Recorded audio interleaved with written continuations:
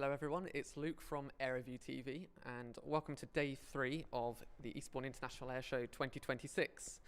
So we've had so far 2 fantastic days of flying with fantastic weather. Thankfully it is starting to cool down a bit today because it's been rather warm, but it's been fantastic nonetheless. And today has another fantastic lineup, which we'll take you through in just a moment. So yeah, let's go straight into the lineup because today it's another busy one, but we do get a break today. Yesterday there was no break at all, so no time for tea or biscuits. But yeah, first up today we've got the Starlings flown by Tom Cassels and Michael Pickin in their Extra NG. It's a fantastic display, very dynamic, and they both do a brilliant solo routine as a part of the display, which is always fantastic. Obviously Tom Cassels, hugely experienced in aerobatics, and Michael Pickin being one of the youngest, or if not the youngest, aerobatic champion in the UK. I think age 14. In not sure what level that was at, but yeah. Following that, we got the BBMF. So yesterday we had just the Dakota and 1 Spitfire. Day before we had Dakota and 2 Spitfires. So I'm hoping we'll have 2 Spitfires, as it does definitely add to the display when you've got multiple Merlin engines with the Dakota.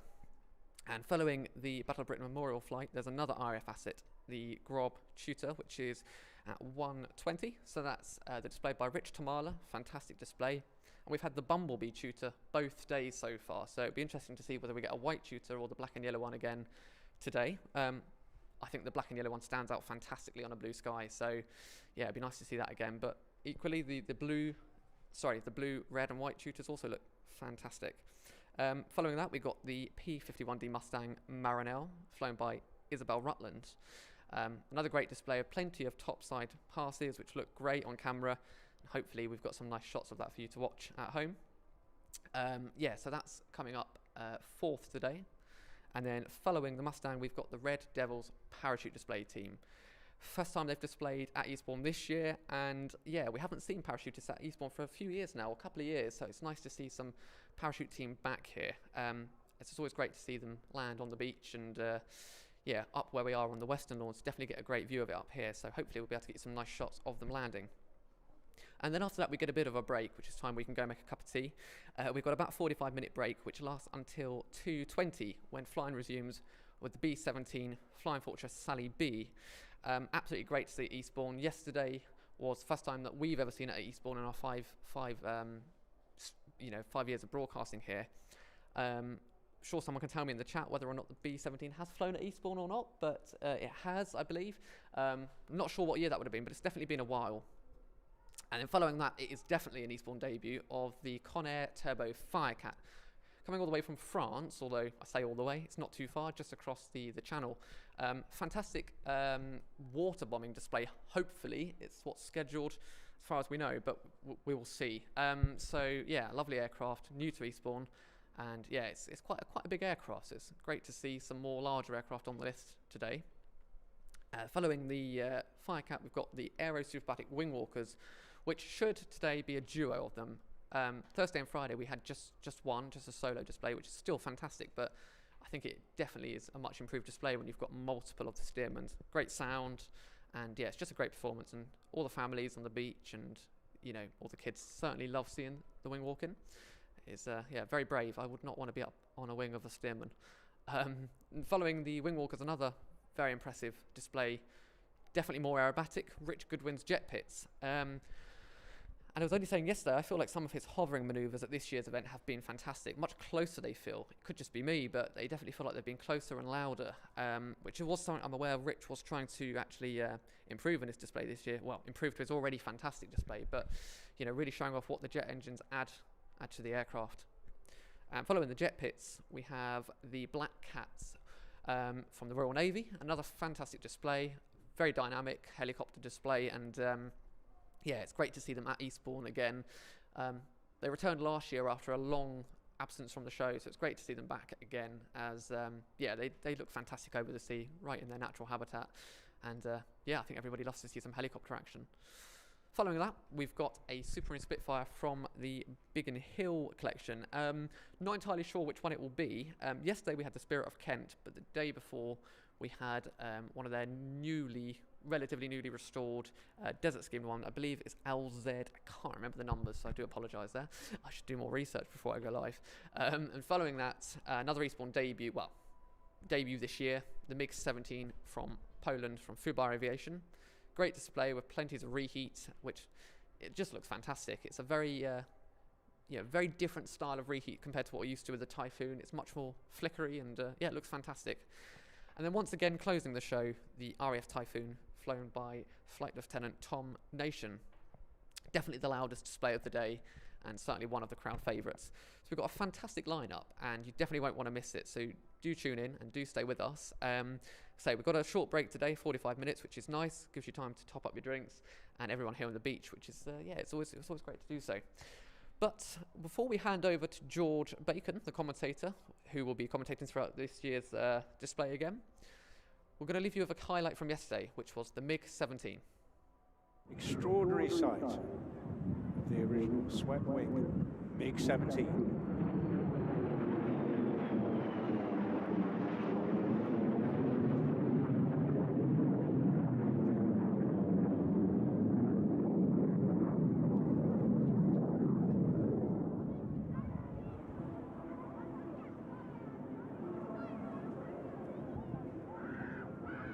Surprisingly, using far more sky than a modern jet fighter, this being an early generation, of course, aircraft.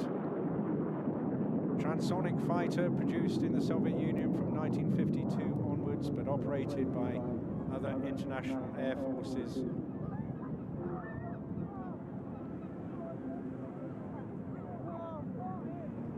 An extraordinary number of these were made, over 10,000 of them, including Polish, Czech and Chinese variants. A significant piece of aviation history.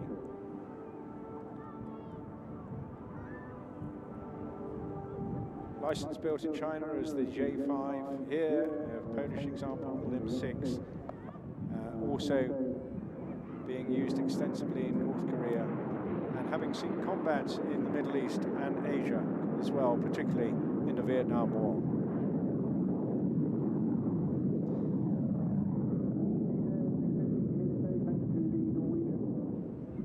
This one designed to shoot down slower American bombers, but it showed surprising success when used by the North Vietnamese pilots to combat American fighters and fighter bombers during the course of the Vietnam War.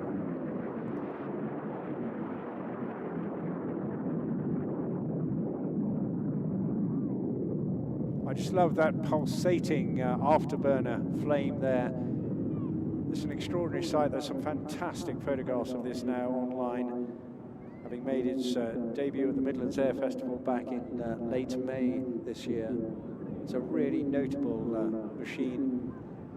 And for me, I don't know, there's many remember Dan Dare in the boys' comic books of its period, but this is very much evocative of that period. It's the sort of, if you were asked to fly a jet, or sorry, draw a jet, then this was the sort of design that you would immediately come up with.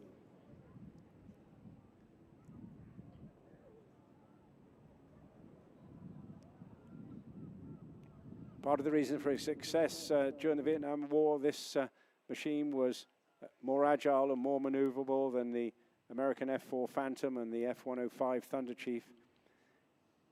They were focused on speed and long-range combat, and of course the MiG-17 being armed with guns.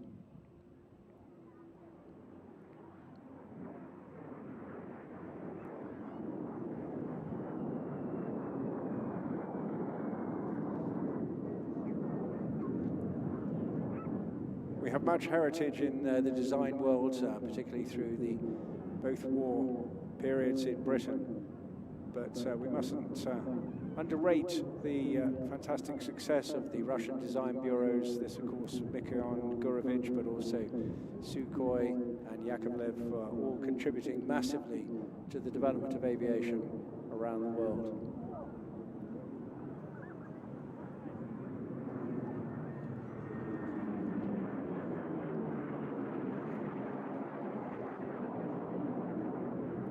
Powered by the Klimov VK1F turbojet, and you can see Mathieu's there interspersing afterburner.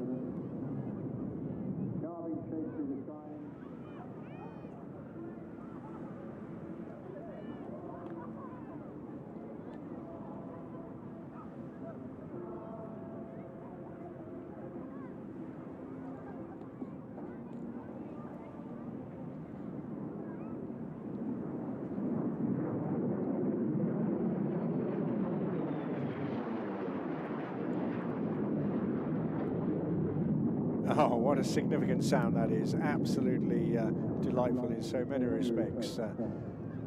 We're going to trump that, of course, in just a few minutes.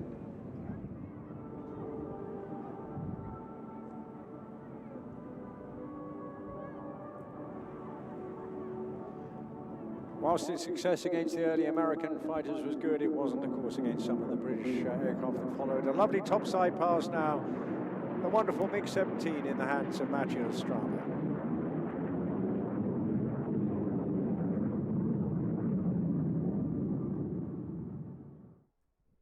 Yeah, an absolutely brilliant display from the MiG-17 there yesterday, and we look forward to seeing that again a little later today, around about 3:57 this afternoon.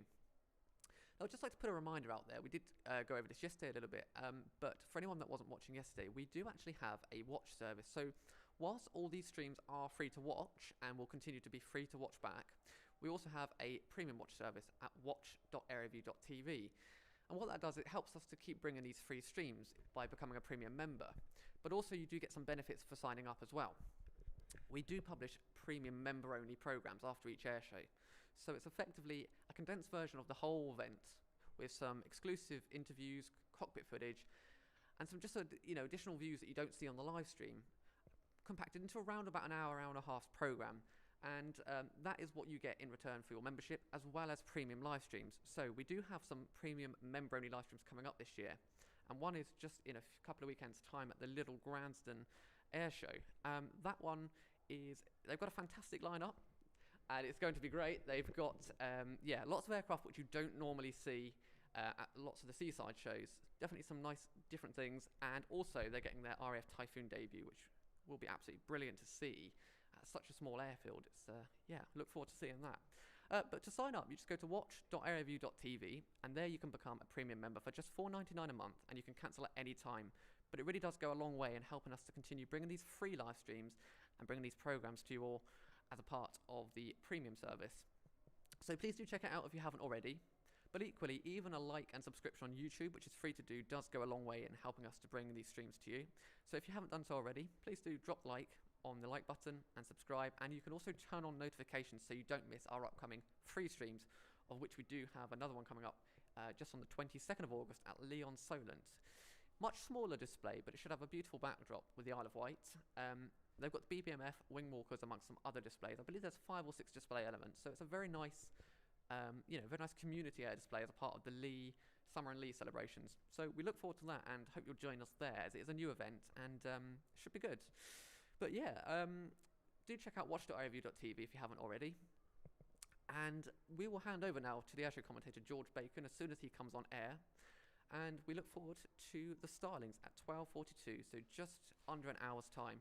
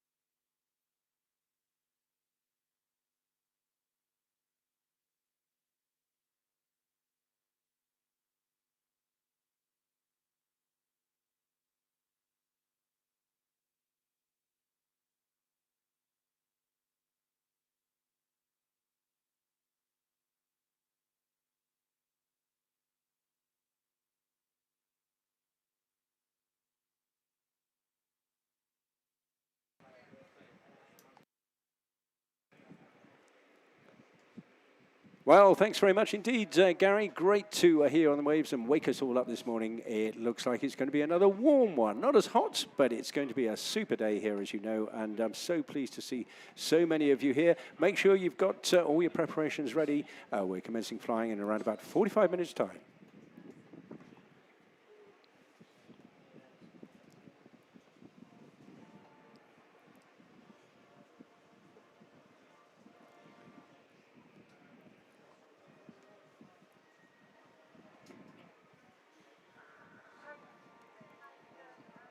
Yes, we're into our third day of a spectacular weekend here at Airborne, producing and preparing and running all the things that we love, not just in the air, but of course entertainment fully around the town as well. And it's wonderful. Just to put you into process of clear, of course, there are some safety issues. We know a lot about fires at the moment. Well, interestingly enough, we're going to see a vintage water bomber here today, a very, very fascinating debut for us here at Airborne. And I think you'll be quite impressed with the agility of this particular airframe. But while we're talking about safety, I see the breeze coming up a little bit stronger now, and we love it. It's just going to keep us really cool all day. But those with umbrellas and tents and anything else like that, please, please make sure it is firmly pinned to your body or to the ground or to the beach, because anything that goes into the air can, of course, be a potential danger to the aircraft, and we don't wish that. So if you're thinking about drones, put them straight back in the boot of the car. They are banned and illegal, and you may well risk being arrested for that. But otherwise, sit back, relax, get all you need for the course of the day, and look after the children. Sunscreen, hats, and plenty of hydration. And I'm delighted to say I'm joined by the Radio Airborne implant, as I sort of refer to him. And it's really, really good to have Adam joining me again. Good day to you, Adam. Good afternoon, George, and yes, what a beautiful day for an air show. That's brilliant. So Adam's here to help me get through the day without losing my voice, but also to keep you informed of the sort of things that you can take a look at during breaks during the course of the day up on the Western Lawns, or perhaps plan your evening, whether it be light entertainment, restaurants, bars, so on and so forth. So give us a flavour then of life in Eastbourne on a Saturday. Well, it's a beautiful day. There's loads to see and do. There's stuff on the bandstand, obviously there's stuff on at the theatres. And of course, you've got loads of beautiful eateries across the town as well. So definitely, it's not a place to shoot off just yet after the show. The show might be finished at about 4:30 this afternoon, but the Western Lawns remains open, and there's much to do across the town this evening. So if you've just arrived here, what would you aim to do? Probably a meal out somewhere, nice meal out in the town, I think, and maybe go and see a show at the theatres. Such as? I can't remember what's on now. You put me on the spot. Well, that's what you're here for. So we'll come back to him in just a moment, and we will get you all in the mood for something very different. And over to you.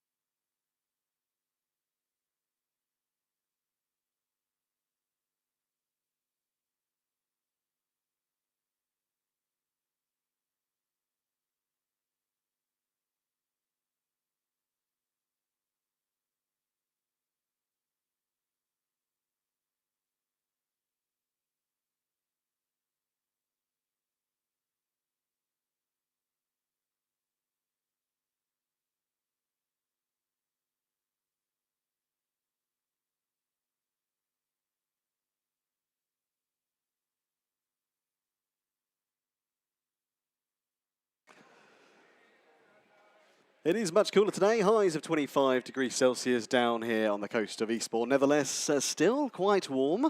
A nice breeze down the seafront. But please do keep topping up that sun cream. Don't forget, plenty of places right along the seafront where you can keep yourself hydrated. Refill your refillable water bottle. Those water refill points at the Western Lawns, the RNLI Museum, the Lifeguard Station, and of course, down at the bandstand as well. If you are dipping your feet into the sea, which I can see that many of you are, then please do take care. Follow the advice of the Eastbourne lifeguards who are doing a sterling job down there. Ideally, swim directly in front of the lifeguard station. That's where the flags are. And as I say, follow their advice as we go through the afternoon. The barbecue situation, well, no barbecues allowed down here on the beaches or on the seafront during the air show. They will be removed by marshals to maintain the safety of the visitors. And as we said earlier on, drones, it is a restricted airspace. That is in operation across the seafront. Drones, balloons, remote-controlled devices, all strictly forbidden. So if you have brought them along, put them back in your bag. They are not allowed at this time. Flying underway in just over 30 minutes here at Eastbourne.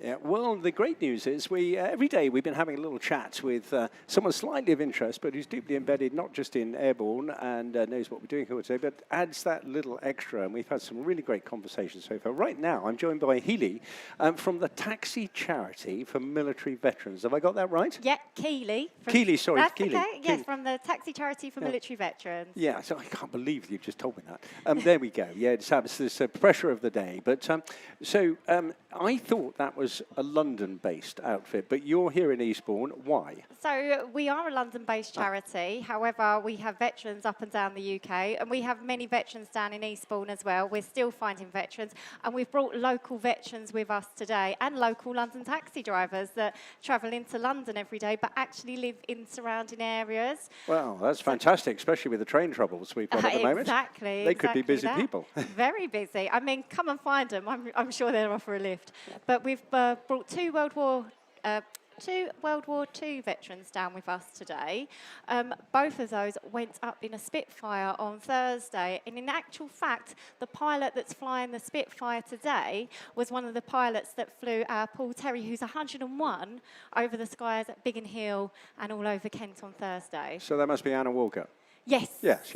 No, I mean, many of us in this business know. I don't know. She's a bit of a legend too. That's great. So that was up at Biggin Hill. Yeah. And of course, a lot of other people can do that, not just veterans. Go to flyerspitfire.com. But let's come back to the veterans then. Now, presume is it a veteran? I'm a veteran. Oh, wow. I want to get to the station. Can I call you?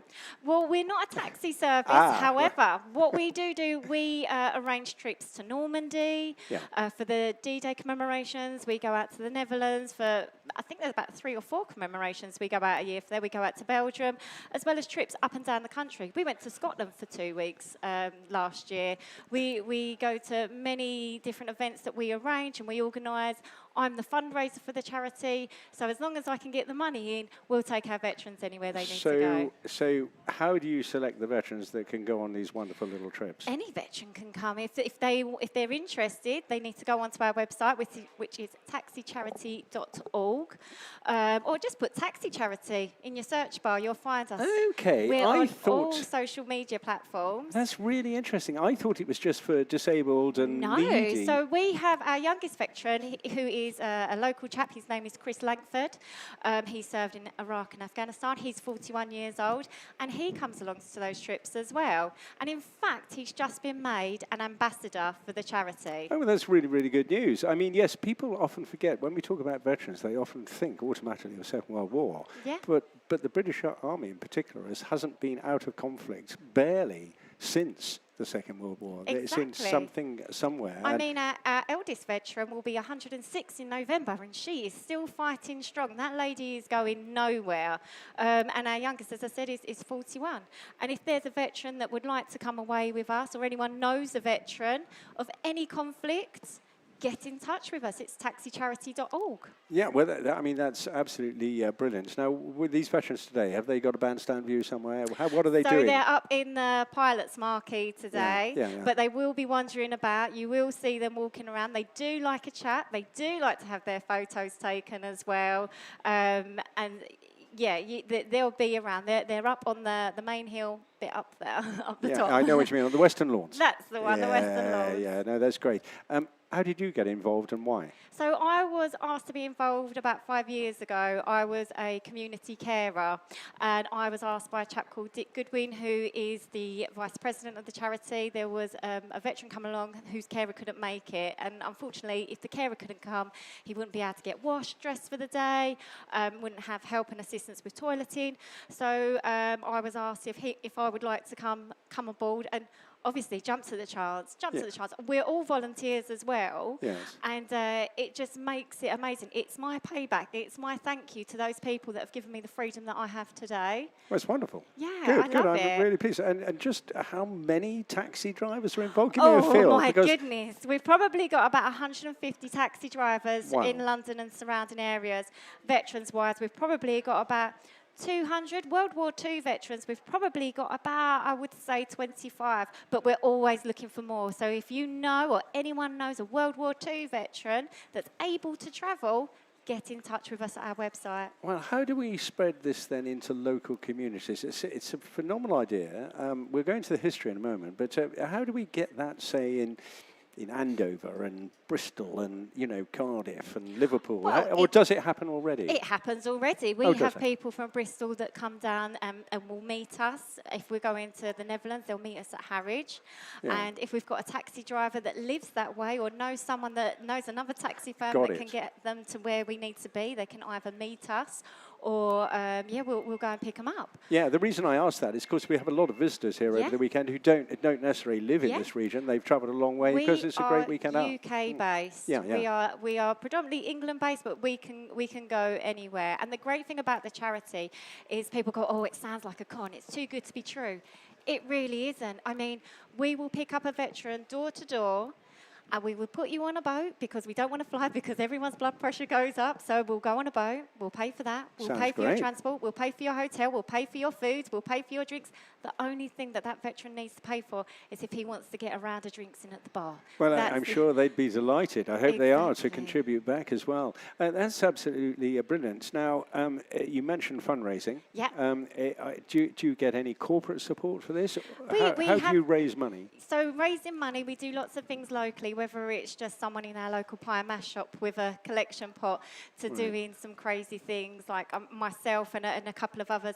We're doing a 25-kilometre walk over London bridges, which is currently on Just Giving. So if you want to look up Just Giving and Taxi Charity, you'll see our Just Giving page there. And we want to raise £5,000 to put 3 more veterans up in a Spitfire. But we had help from Veterans Foundation. Is a massive help to us. We can't thank Veterans Foundation enough for what they do for us. And also the National Lottery Community Fund. And there's various other charities like worshipful companies and things like that. I think the Gold and Silver Wire drawers, they've helped us out quite a bit as well.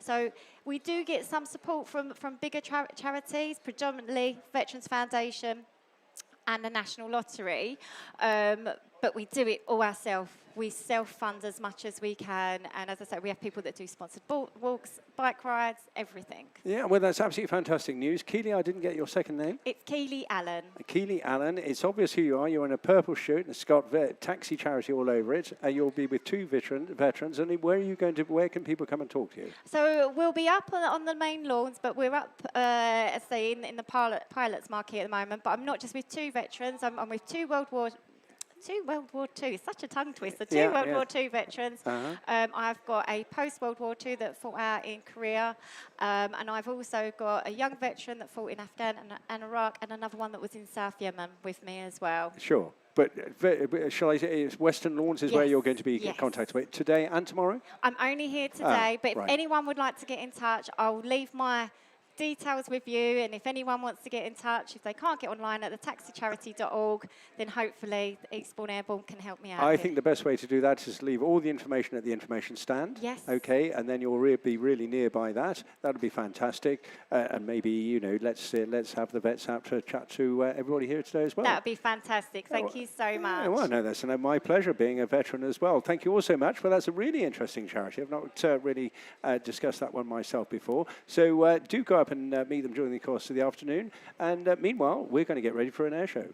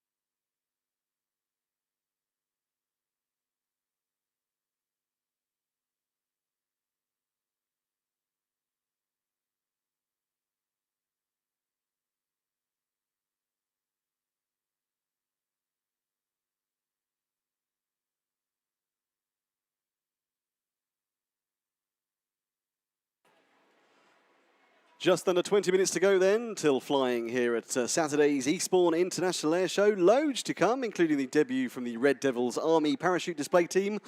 Landing down here on the beach. Debut, as George mentioned, with the Conair Turbo Firecat in a very special water drop display. We're also going to see the Starlings coming in today and a duo display from the WingWalkers as well. Today is your last chance to see that MiG-17, plus everything else on the flying schedule. The Typhoon, the BBMF, the Tutor, Black Cat's back again, as is that glorious B-17 Sally B as well in the air. Your ultimate guide to the air show, that is of course your programme. Don't miss your favourite flying display. Those programmes available for £10, which includes a free 2026 pin badge while stocks last. And they include a whole range of facts and features on each of the flying displays, a guide to some of the aircraft manoeuvres you'll see in the sky, some discount vouchers, loads of features in there. Plus, if you get a programme, you'll also get yourself the flying times for each day. They're only available to programme holders. So if you've got a programme, you haven't yet got the flying times, all you need to do is go off to see one of the programme sellers right along the seafront, or of course on the Western Lawns, and you can collect your flying times. Or alternatively, you can buy your programme, and all proceeds from programme sales go to supporting the future of airborne in future years.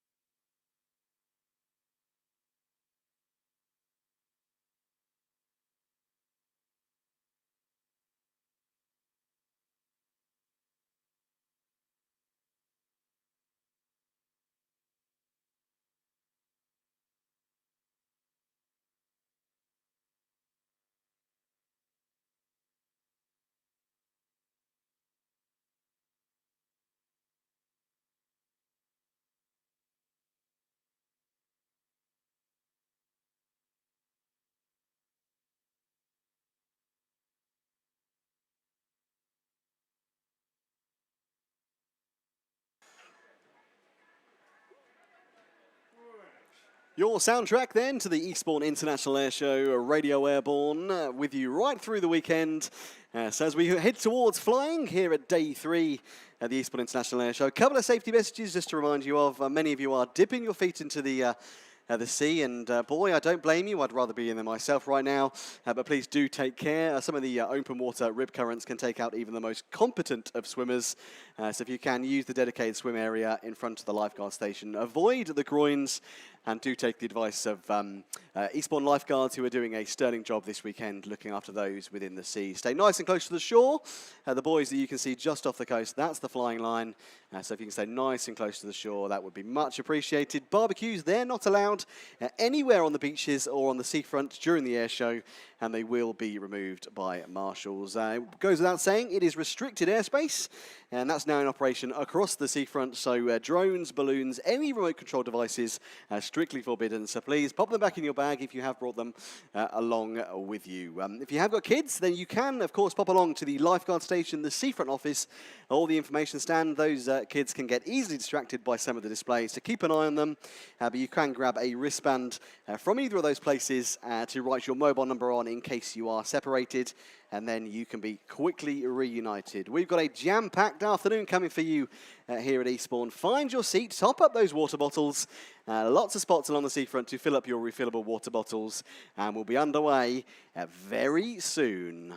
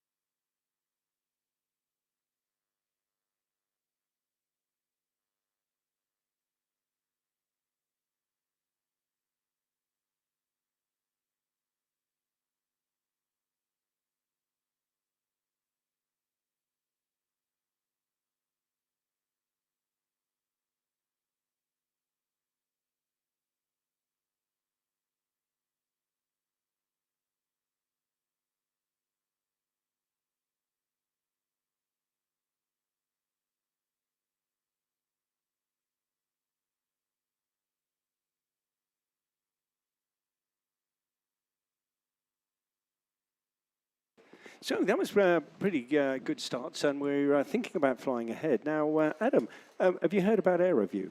I have, up on the Wish Tower, I believe. Yeah, well, it's not just it is a great transmission to have. And I was just thinking to myself there, ambling back as I was relaxed, that if you've decided maybe not to come here to right down to the seafront today because of the the trains and the cars and everything else, then you can still actually see what's going on if you tune into AeroView online, because they're streaming the whole show and including some commentary from us as well. And there's a very young lad up at the top of the Wish Tower. Luckily, he's not getting wet. And I think it seems a really, really good alternative to viewing opportunity. It's brilliant to see everybody here this afternoon. I don't know what's breaking out in the top of this control cabin, but something's going on up there. There's a party going on up there, I think. Yeah. I'm hoping it's not champagne yet. It's a bit premature, isn't it? Anyway, just go to AeroView. Just Google AeroView online, wherever you happen to be, and you bring it up on your mobile as well. And it's just a great way if you haven't been able to make it right down to the seafront. So a good chance to keep up with what's going on. And perhaps if you're here today but not coming tomorrow, then a great opportunity tomorrow. If you're at home, you can pop it on and you'll have all of the commentary and everything you can see and hear everything that's going on down here in Eastbourne tomorrow. Watch it again. Watch it again, all over again. Yeah, fantastic. Yeah, Ronnie. Okay, correct on, mate. There is a lovely breeze coming through the tower here, so that is much relief after the last couple of days. Nevertheless, it is still going to be a warm afternoon here at Eastbourne, but a fantastic afternoon. Please do give if you can. There is donation points across the Airborne site, or of course you can give to one of the bucket collectors. You'll see the volunteers out and about wearing the official red bucket collection vests. Many of those are from local charities, and when you donate to their bucket, they receive 30% of the donation that you are giving. And of course, you can also donate online at saveairborne.com.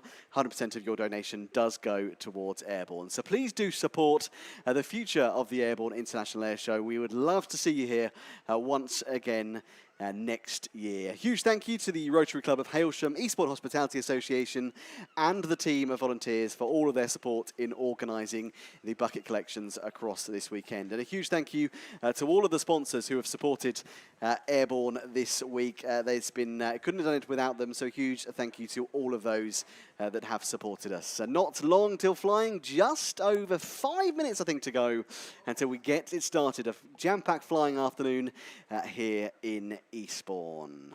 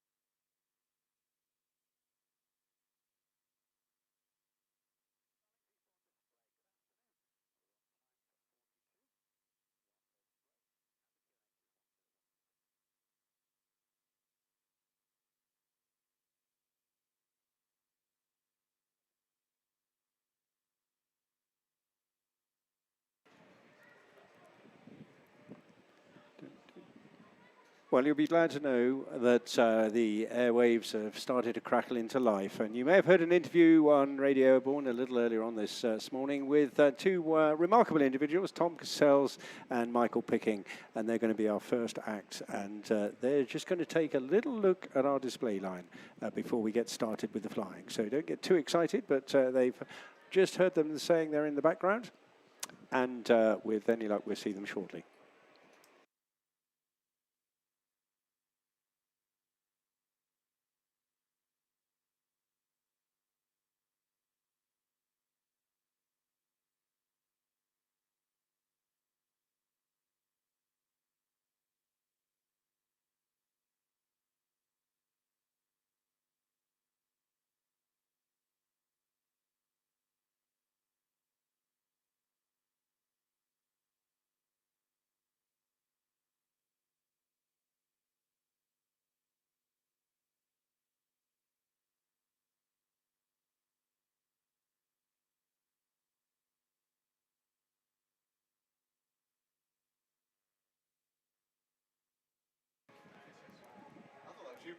No. Well, just a few minutes to go now with our chatting away here. But just a reminder that basically we're running the show in two halves today. First half is featuring some rip-roaring flying, not just from the Starlings that you're going to see very shortly, but also a welcome return of the Battle of Britain Memorial flights, the Tutor, the Mustang, and of course the parachuting as well, which runs through to the break. We'll take a break around about, looking at our schedule at the moment, around about 2 o'clock for about 40 minutes or so, when Adam will be looking after you, and then flying right through until about 4:30 this afternoon. So good opportunity now to think about how to plan the day, keep the kids fed, make sure they've got the suntan all ready, all over them, and they've got hats and plenty of hydration available as well during the course of the afternoon. So we're about to start very, very shortly.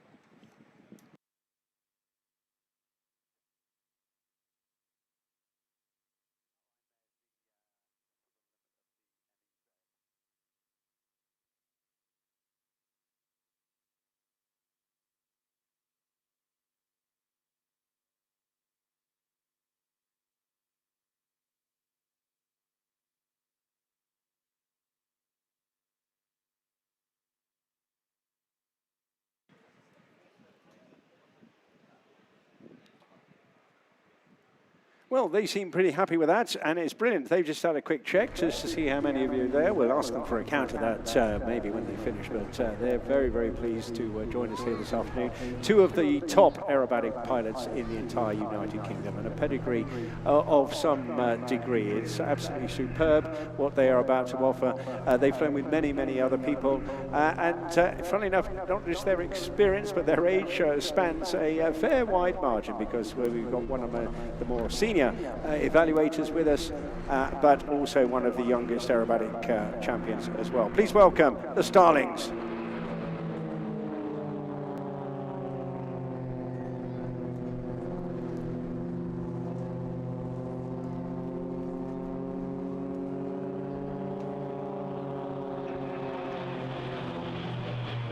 So you can just see already how impressively they are uniquely joined at the hip, these two pilots, Tom Cassels, Michael Picking, absolutely right at the top of their tree, massively experienced aviators, and putting together a masterclass in pairs formation flying. You may have heard me saying yesterday just how satisfying this is to watch. It's equally satisfying to fly, and they make it look so, so easy, but it's not. Just look how tight they are together, and that requires a lot of practice, a lot of skill, and of course an awful lot of trust in each other's capabilities as well.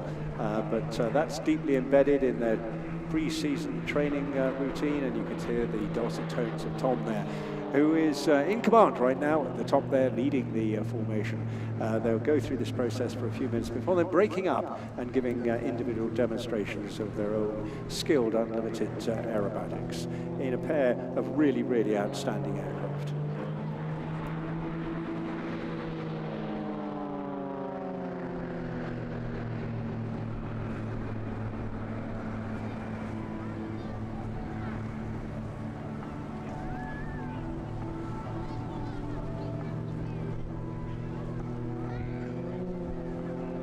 The pair got together in 2021, and simultaneously shortly after that, although Tom had a cap at the time, different airframe and the different versions of the extra.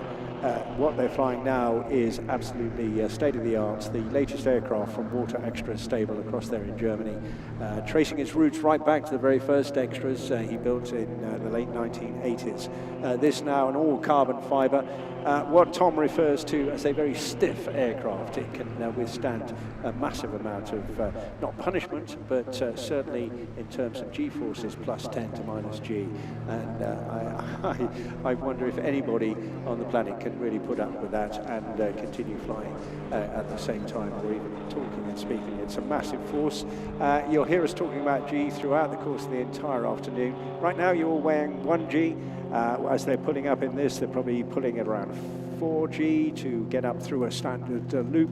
As they go through the top there, they took a look out behind them, not just to check where the wingman is, but also to ensure the wings are level and they're on the right trajectory. The whole aim being to come out at the same height and speed, exactly on the same point where you went in. And I think you'll agree they're displaying that absolutely perfectly.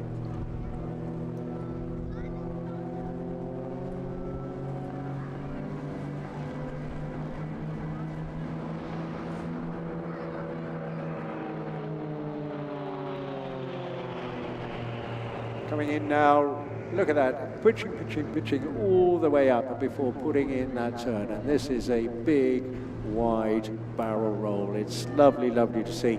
Again, making it look easy, but there's a lot of very fine control movement going in to achieve that perfection as they go round. And particularly hard for the wingman, Tom obviously leading from the front.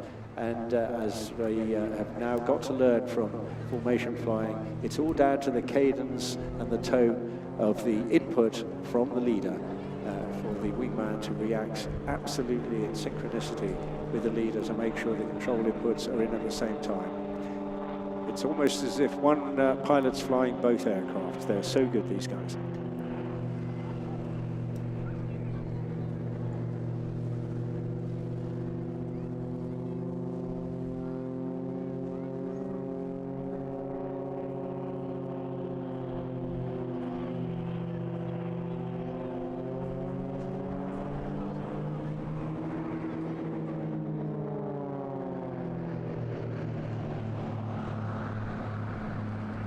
Just nipping in a little close to us there, but a wonderful view of these aircraft.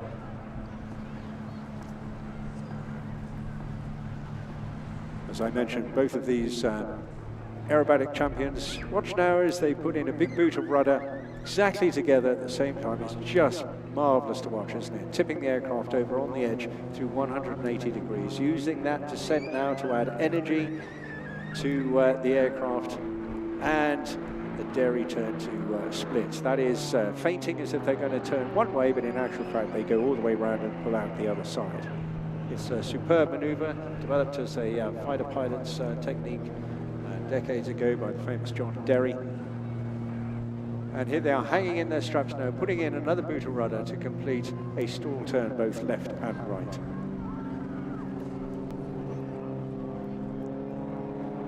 So the whole high-octane operatics, aerobatics, I should say. Perhaps it feels like a bit like an opera as well with me chatting behind them, but including, of course, all the things you would expect, gyroscopic maneuvers and tumbles, and an awful lot of flick rolling as well in their solo acts. So lots more to come yet. I mentioned the experience these two guys have. Tom, after many, many decades now in aviation, one of the top current air display authorization evaluators, and Michael was the youngest person ever to be a British aerobatic champion.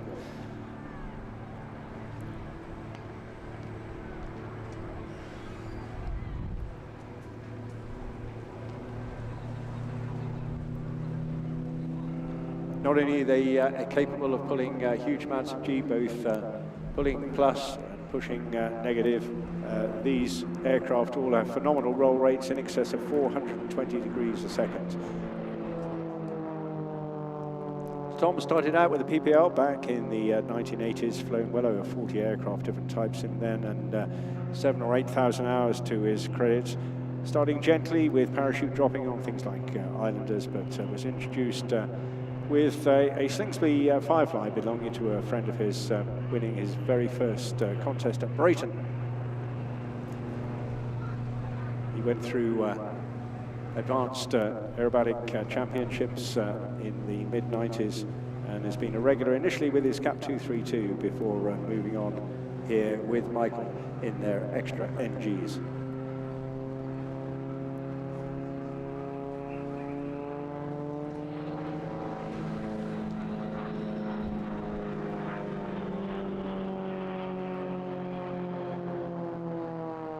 And it's great to see them breaking out now into their own particular routines. Michael will nip off into the wild blue yonder whilst Tom takes control at the moment and shows all his skill and experience to us.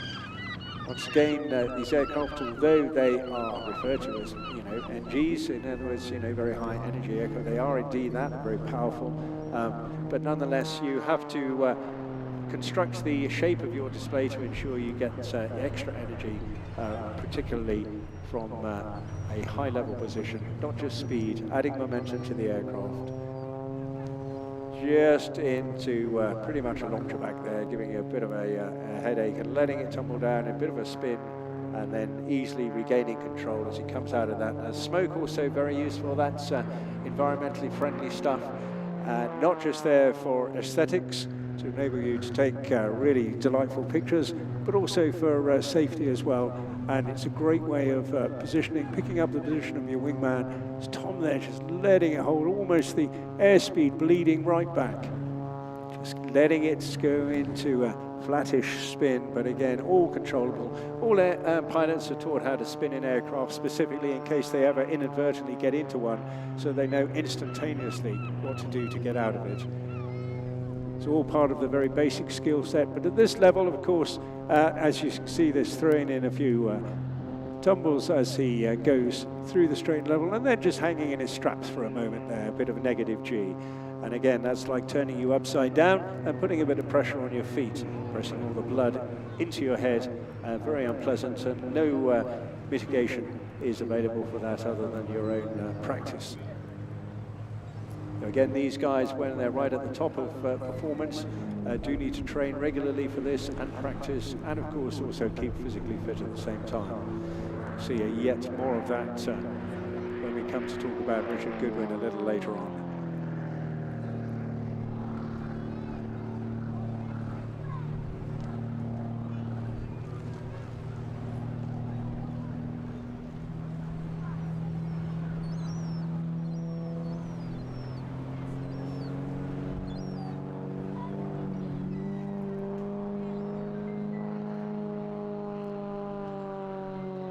It's really unique stuff and lovely to see, just jinxing one way before then rolling to the left, pulling up again, flicking and transmitting. There's a bit of dotty smoke as well. It's very much a trademark coming out of Mark Jeffries' Global Stars background as well.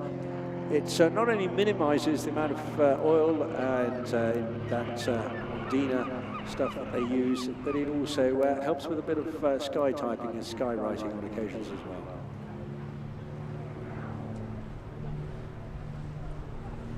Oh, lovely to see, just constantly climbing. You can just see how effortlessly the power and energy in these really superb extra NGs just provides the pilot with a lot more freedom.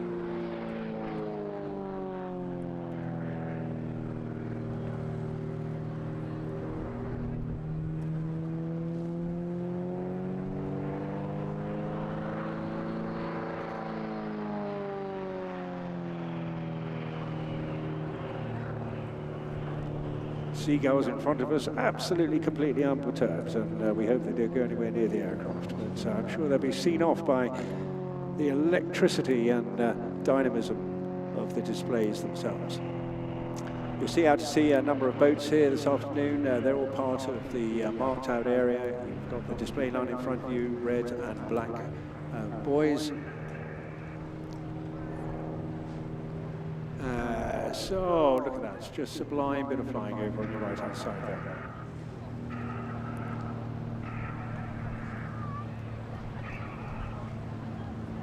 So that's Tom complete. with his little section there, and we're now just reconfiguring the stage in front of you for the second part.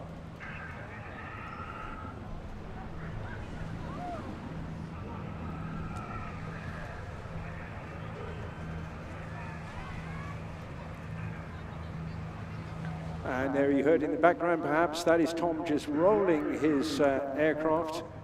Michael coming in now to do an almost mirror fly past as he will come in very tight underneath Tom's aircraft.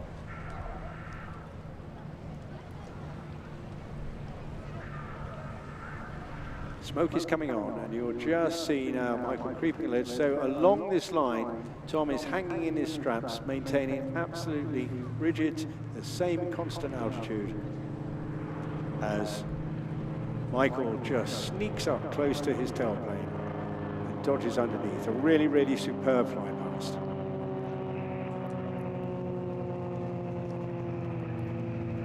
So he just pushes out now, Tom in front of Michael, and they put that turn back in. And they're back to normal flying, and that is the Starlings complete. A really consummate performance. Always a pleasure to see these guys, and I've got to say, very well executed as well. Charming pair of guys. I'll pass your thanks on. Lovely. Yes, do show your applause or wave your hands whenever you can at the pilots. They will get the occasional glimpse down to check you out, or some of them will just give a farewell fly past you at the same time. So coming next, the Battle of Britain Memorial Flight, that's on the way in just over about 5 minutes until we see the Dakota and the 2 Spitfires coming in this morning, flying over from Southend. They will be with us very shortly. In the meantime, if you are enjoying what you're seeing here today, why not join the Airborne Supporters Club? Limited edition goodies available within that, including the exclusive Supporters Pin Badge, poster, an official Airborne t-shirt, and much, much more. Full details on the website, Eastbourne Airborne, or eastbourneairshow.com/VIP. And so here we are, first half of the display, much more to come in the next 5 minutes.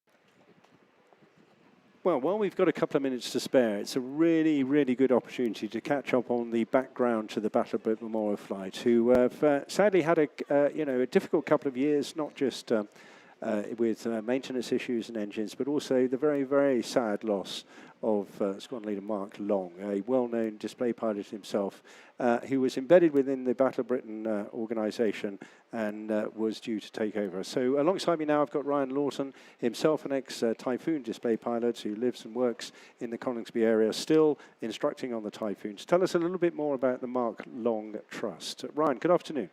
Good afternoon, George. Good afternoon, ladies and gents. Thanks for letting me hijack the airwaves for a couple of minutes just to talk about something that's quite important, not only to the Battle of Britain Memorial Flight, but as George said, the Typhoon display team as well.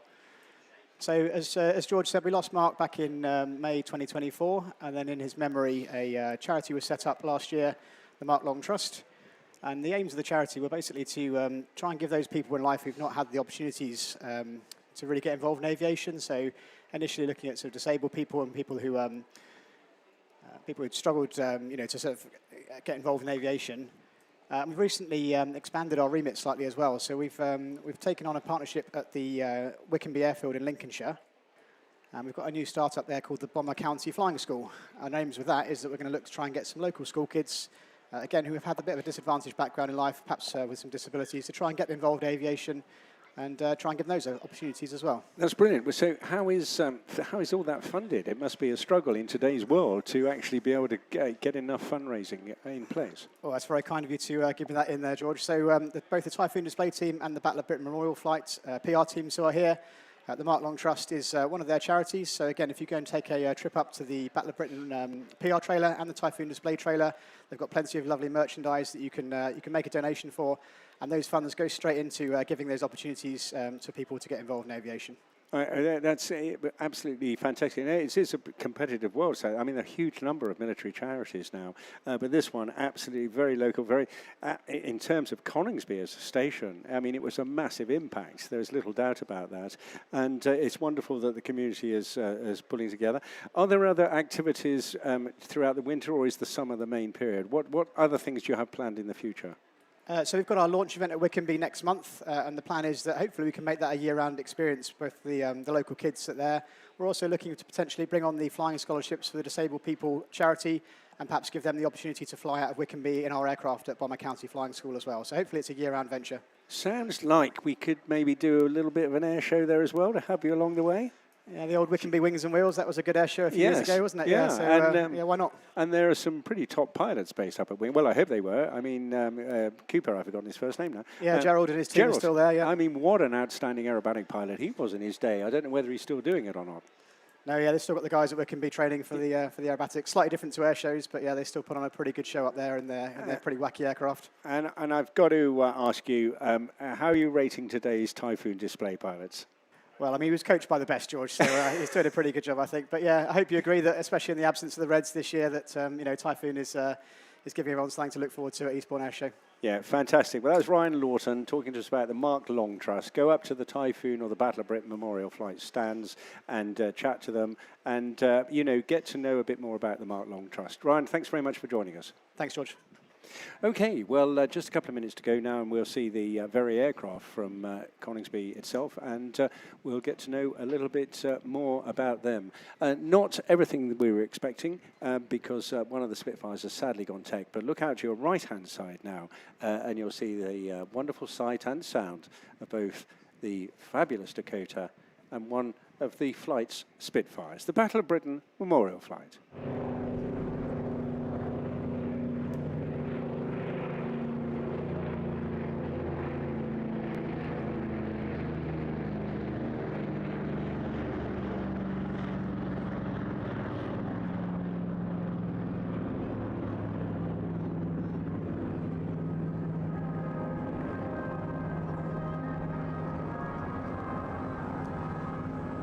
It's always an important part in the calendars of any air display around the country to take a few moments, step back and remember those brave young men of the Second World War who did so much to protect and maintain the integrity of the United Kingdom. We were talking to Keeley from the Military Veterans Taxi Organisation a little earlier on, and they're again focusing on it. But of course, many, many more courageous young men have been involved in conflicts since that period, and each and every one of them deserves recognition in conjunction with the motto of the Battle of Britain Memorial Flight itself, lest we forget.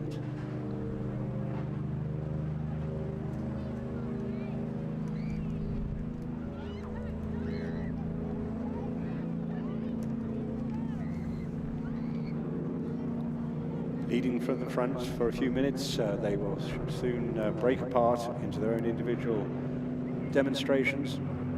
The Dakota, the DAC, or the C-47 as it's referred to, the DAC referring to the company that made it, the Douglas Aircraft Corporation.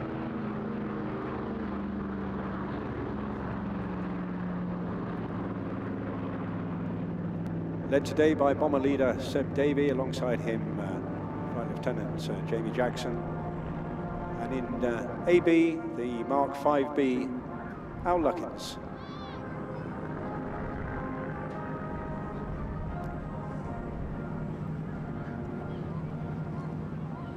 The Dakota became one of the world's most famous military transport aircraft and saw widespread use by the Allies during World War II, but also subsequently by air forces and civilian operators around the world. The C-47 is actually a military version of what was the DC-3 airliner, which first flew back in 1935. It's been used extensively pretty much ever since. It was the military that recognized the potential of this machine The United States Army Air Command specified a number of changes would be made to make it suitable, however, and that included more powerful engines, the replacement of normal airline seating with the utility seats so familiar from many paradrop movies you will have seen about the war, but also a stronger load-bearing floor and the addition of large loading doors as well. Deliveries of the military version of DC-3, designated the C-47 Skytrain, commenced in October 1941.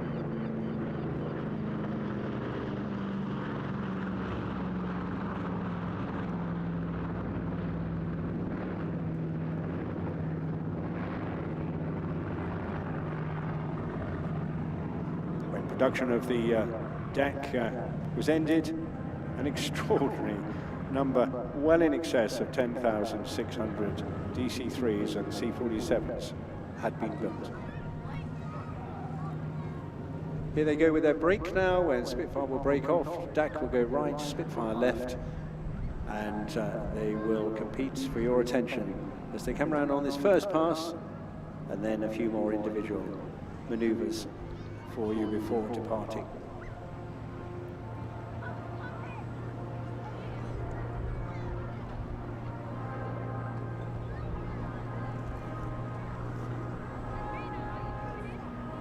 Out of the turn, coming head on to you will be Al Luckins in the 5B. An aircraft, Spitfire, that flew 143 operational missions in a remarkable wartime history that spanned almost 3 years on operations. And absolutely fitting it should be that we recognise that in this year, because it is 90 years since the very first flight of the Spitfire, which took place on the 6th of March 1936, and I was very lucky to be involved in that commemorative occasion at Eastleigh Airport with members of the families of those who built the aircraft at Supermarine along the riverbanks of the Itchen and Woolston in Southampton.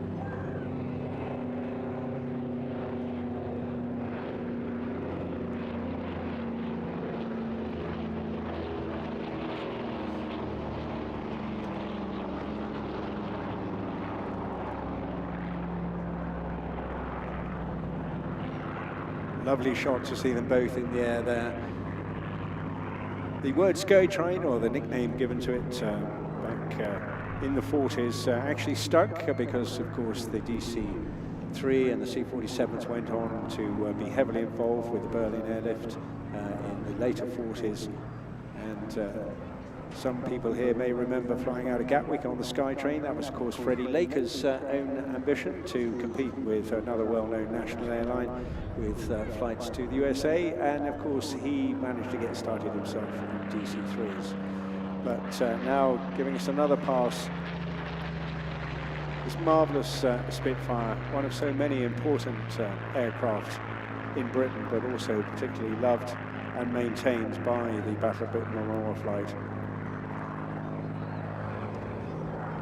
It was initially allocated to 222 Squadron at North Weald in August 1941, and like so many Spitfires, they went through many lives, many more than the average cat manages to enjoy. It was delivered to eventually to 133 at Biggin Hill, and from there flew 29 operations with that unit, including 4 sorties on the 19th of August 1942.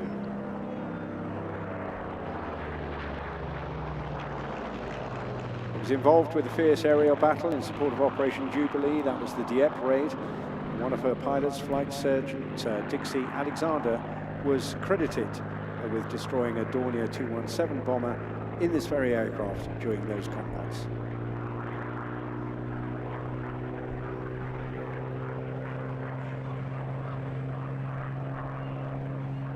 You may have heard stories about the WAFs, who very often sat on the tail of Spitfires as they were taxiing out to ensure that they bump around and remain stable. Very difficult to taxi a Spitfire. It's got a very high nose-up attitude, and it's very difficult for the pilot, so the pilot has to just look left and right to work out the way forward, and that's why you see them weaving around airfields as they're on their way out to flight. Well, of course, it was Margaret Horton that unwittingly stayed sitting on the back of the tail as the pilot Neil Cox got airborne, but they managed between them to get safely back on the ground. She lived to tell the tale.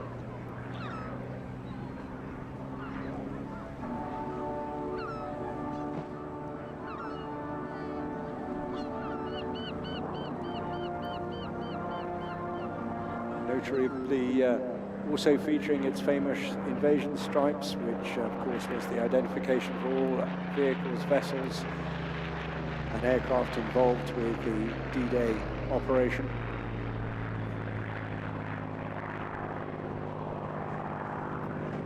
This being once the personal aircraft of Flight Lieutenant Tony Cooper, one of the flight commanders on 64 Squadron in 1944.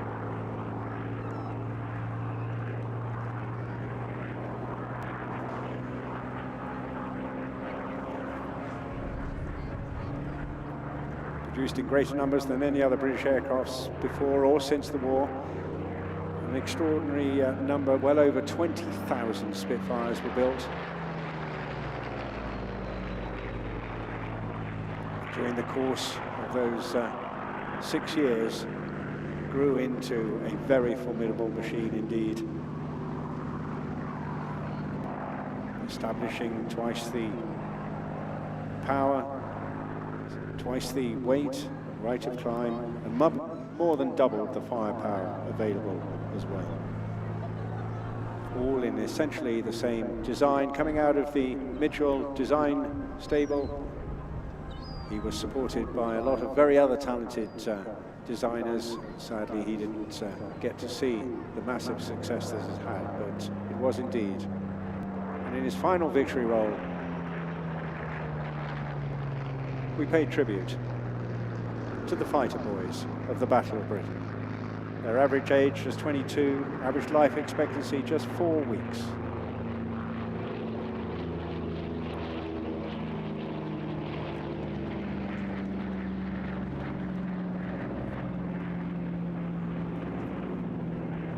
Dakota now picking up the lead and will reconnect, reformate with the Spitfire for the final passes and departure. As a tactical transport aircraft, the Dakota was outstanding, used for carrying troops, freight, for the airdropping of supplies and paratroops, for towing gliders and casualty evacuations. It had amazing ruggedness and became a legendary aircraft through the demands given to it throughout war, and its capabilities were increased to permit it to carry a payload more than double the original specification, or 28 fully equipped soldiers or paratroops. Unsurprisingly, it was abused and limits were exceeded to achieve its aim. One Dakota in May 1942 evacuated an astonishing 65 passengers.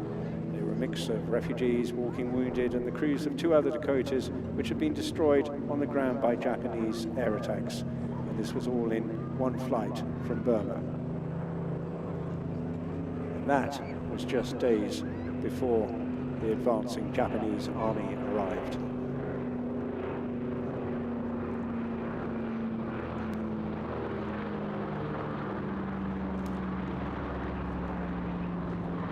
Dakota seen here today in Southeast Asia Command markings, therefore.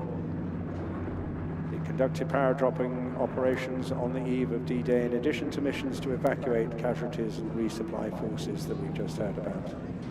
When not displaying, it is the ideal aircraft to prepare the future pilots for the Lancaster, which we hope to see return to service next year following a full year's major maintenance undertaking at Duxford.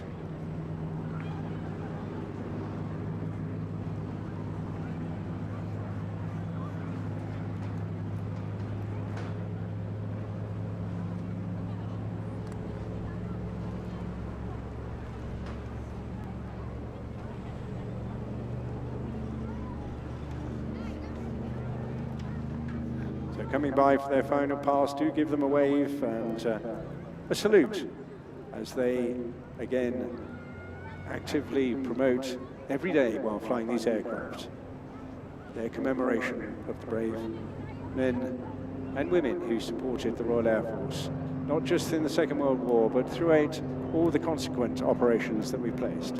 The Battle of Britain Memorial Flight.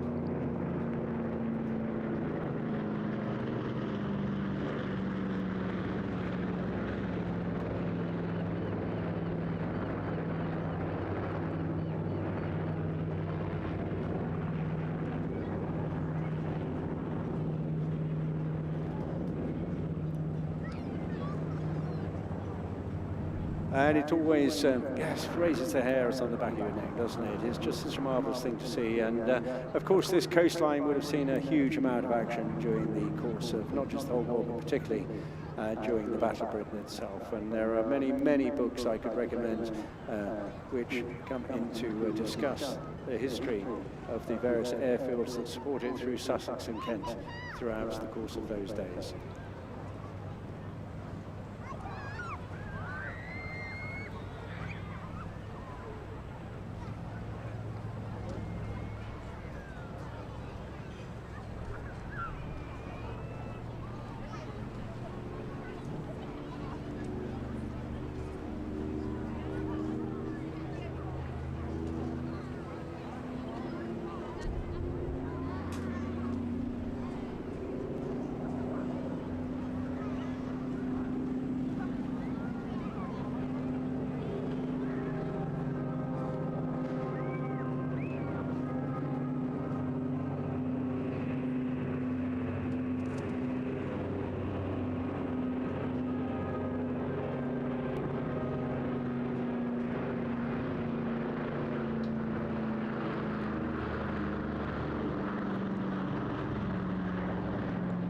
And a really outstanding piece of flying there with our lookings literally tucked right under the tail of the Dakota, a masterful formation.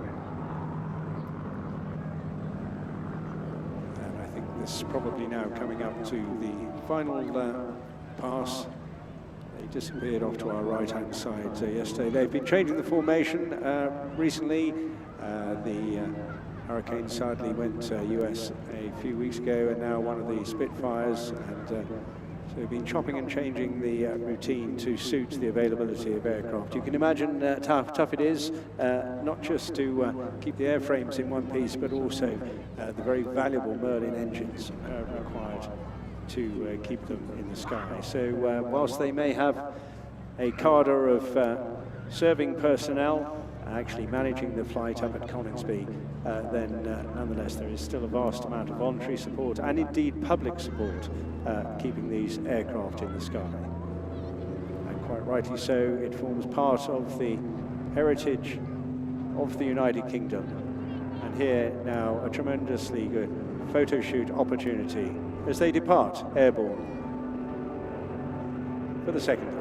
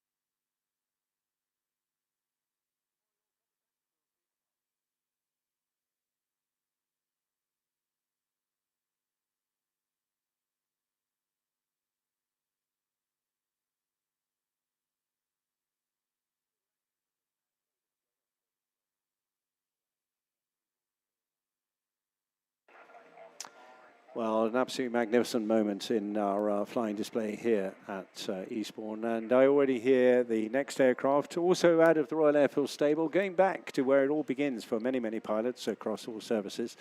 If you look out on the right-hand side, I've just heard Rich Tomola, who is the pilot of this next aircraft, checking in with our flying display director and air traffickers sitting up above me, and he'll be going out to sea first of all, so keep a good look out. and then we'll have a little chat about that.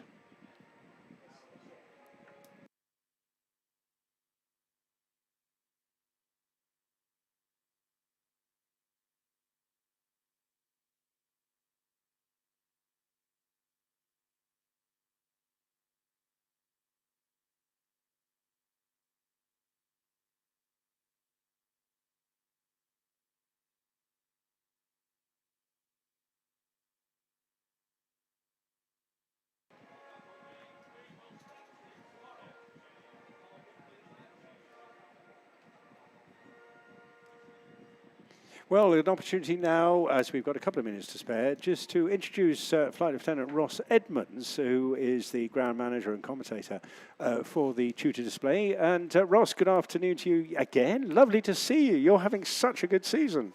Yeah, good afternoon, George, and everybody else listening. Yeah, absolutely. A lovely season, but a very hot season nonetheless. Indeed. Now, it can be tricky to see this aircraft on occasions, but I'm hoping you've got the high-vis one. Is that right?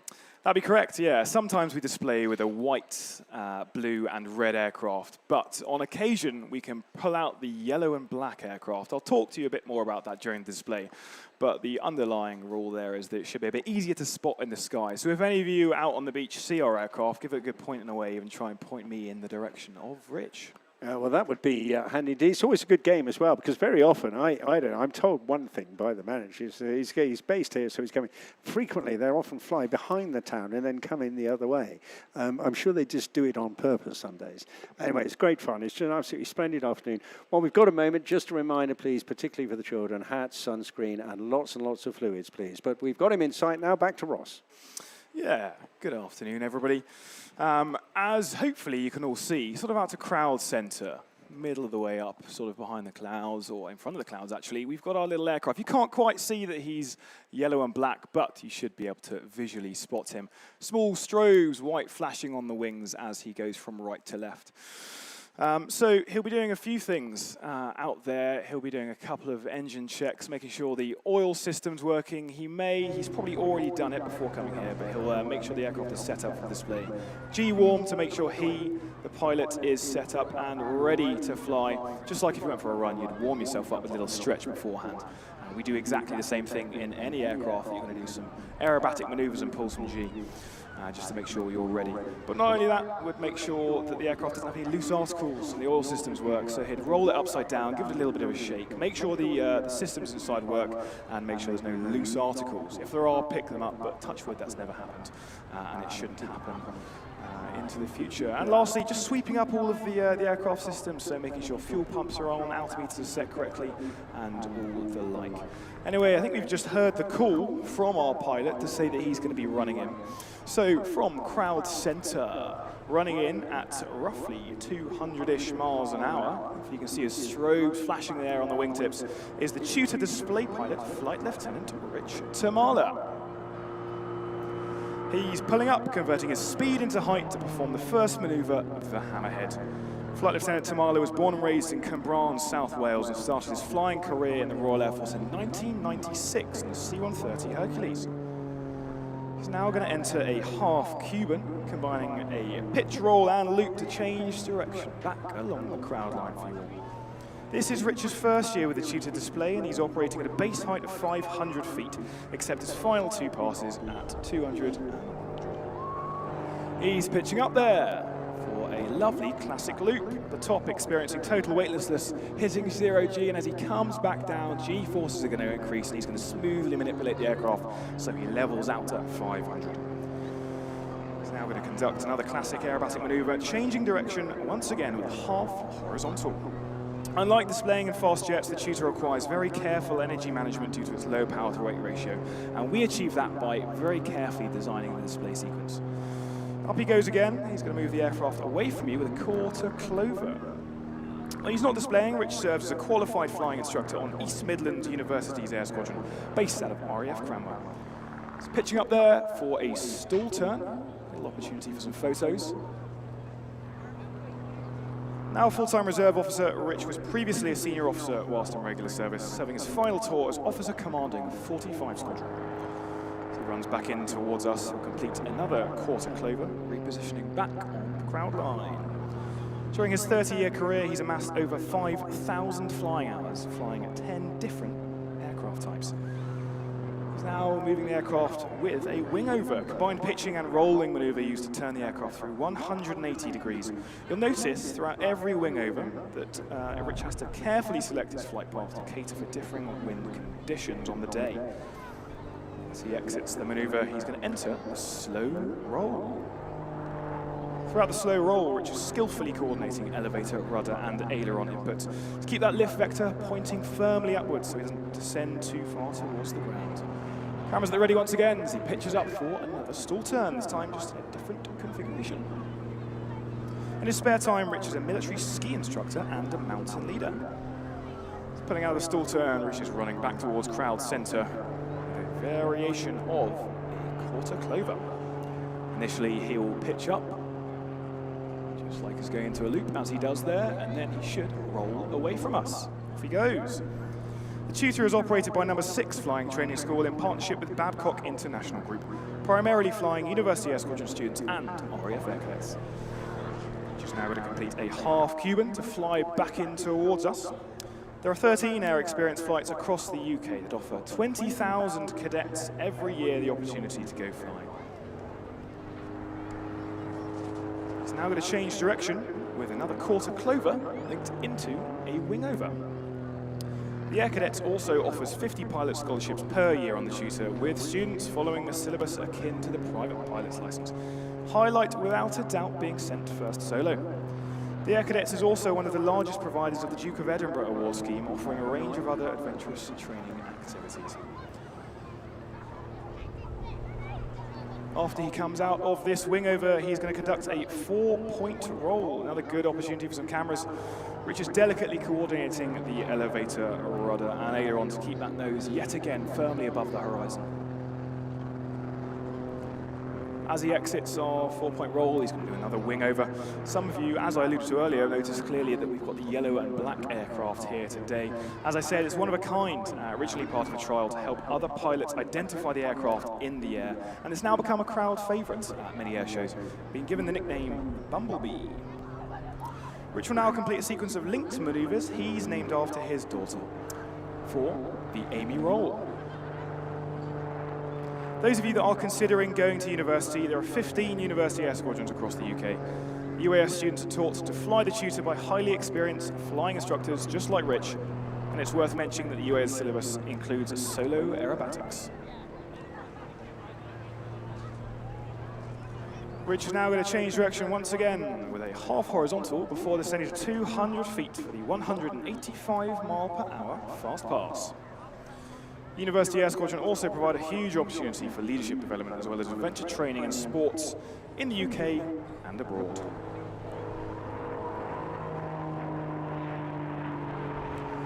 As he exits the fast pass, Rich is going to conduct another wingover. But arguably one of the most unique parts of this display you're watching right now is that compared to others you may see today, if you are aged between 13 and 20, or if you're at university, you can fly this exact aircraft, this exact display sequence, and even potentially with Rich himself. All you need to do is join the Air Cadets, or if you're slightly older, University Air Squadron. Which is now going to head into a classic and a favourite manoeuvre from last season, an oblique loop. Another good opportunity for some final photos. I'd also additionally like to take this opportunity to say thank you to our sponsors. Our appreciation goes to the RAF Benevolent Fund, Babcock International, Runway 25, and Squadron Prince. Feel free to visit their website. Also, feel free to pop past the tents. We're in the RAF military village area, so you can chat to Rich, myself, and the Southampton University Air Squadron team, who are oh so graciously helping us today. Following a final half Cuban, Rich will bring the aircraft round for his final manoeuvre, the waving pass. He'll waggle the wings for you all. Rest assured, you must wave back, because he definitely can see you, and he appreciates all the waves that he gets by the crowd. Massive thank you to the Eastbourne Airshow and the Lansdowne Hotel for hosting us on our air cruise this weekend. Ladies and gentlemen, boys and girls, the 2026 Royal Air Force Tutor Display Team. Well, thank you very much indeed, Ross. Absolutely superb. And dare we ask, you've obviously had a few hours on this. Is it a nice aircraft to fly? It is, yeah. I've got about sort of 50-ish hours on the Tutor, flown a variety of other training aircraft in the RAF system, but it is a nice aircraft to fly. It's really simple, which I quite like compared to the others. No real glass cockpit, steam dials, and it feels like you're properly in control of the aircraft as opposed to some others. So quite a good aircraft then to do that early selection phase on.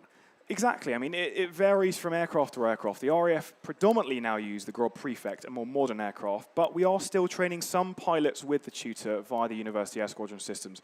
But as you say, it's a really good baseline understanding. Get that baseline figured out, understand the principles, and then you can move on to more advanced technical aircraft. Yeah, I love the visibility out of it. I've got a good few hours in it too. And but on a day like this, must get seriously hot in the cockpit. I think every aircraft gets seriously hot. We don't have aircon in the Tutor, so we have a little fan that blows some air, but usually it's the hot engine air. So yeah, it gets absolutely sweaty. If you follow any of our social media for the Tutor display team, you may see a couple of photos that Rich will post of him sweating coming out the aircraft. So yeah, it's very, very hot. Okay, well, let's knock it on the head there. See you again tomorrow. Thanks very much indeed. Thank you, We'll George. get more of the same. Well, I think we've got the next aircraft already on the air, which is good news, so we can continue the flying display. I'm looking, as I think you should be, as of yesterday, high over a Beachy Head. Absolutely the right location to pick out a warbird, as happened many, many years ago. Also warming up in front of us, I'm delighted to say we've got the Red Devils parachute team from the British Army as well. But right now, I'm hoping that in the next minute or so, we will see a lady pilot, Isabel Rutland, and one of many of our well-known women in aviation, doing an awful lot as ambassadors for that particular theme, but also keeping the warbird community fresh and alive with regenerating aircraft through the decades. Marvellous stuff indeed. So far, so good then. I see it getting really busy now. Adam, you've been out walking around. What would you say is one of our bumper crowds? Yeah, definitely, as expected, a busy Saturday, but the weather is a little bit cooler, which will certainly support that. Yeah, that's great. So just a couple of important notices then. Please make sure you keep all the family together. Make sure you keep all your belongings together. If you're concerned about anything at all, please just stop one of the stewards, one of the many policemen around the site, or just go to the information stand. Now, that is in the middle of the Western Lawns, up where all the other ground displays are, and the various marquees and some of the traders. Do bear that in mind. You can get wristbands from the information point as well, so make sure your children have a contact number on them in case they get separated. And just a gentle reminder then to hang on to everything. That breeze actually has just tempered a little bit. It did gust up earlier on, which was very welcome. But do make sure you just keep everything firmly on the ground, attached to yourselves or to the beach one way or another. Not let anything fly into the sky. Safety is absolutely our paramount theme here today. Even for all those boats out there, you're probably wondering what they're doing there. Well, they are controlled and patrolled as well at the same time, keeping the area over the sea where the aerobatics take place completely clear for us. So a lot of coordination taking place between the flying management team here. That's provided by TSA. Of course, we have an engineer managing all the sound and electricity. You can see this on screen as well. If you go to AeroView, you can check that out online. And, of course, at the same time, you can just enjoy yourselves. If you're going swimming, please stay close to the shore whilst the flying continues. And also ensure the kids are superbly hydrated, hats, sunscreen, all that sort of stuff. There are a couple of things also happening this evening, because it's obviously going to be a bit of a crunch night. I know one thing that's happening in one theatre, which is stepping out. But I've just been told that if you look high and right now, you will see the Spitfire making its way in, which is absolutely fantastic news. It's not one I'm talking about, the Spitfire. We've just had one of those. This is Isabel Rutland in the P-51D Mustang, of course. And absolutely ideal aircraft to have coming up, because it's one of my all-time favourites.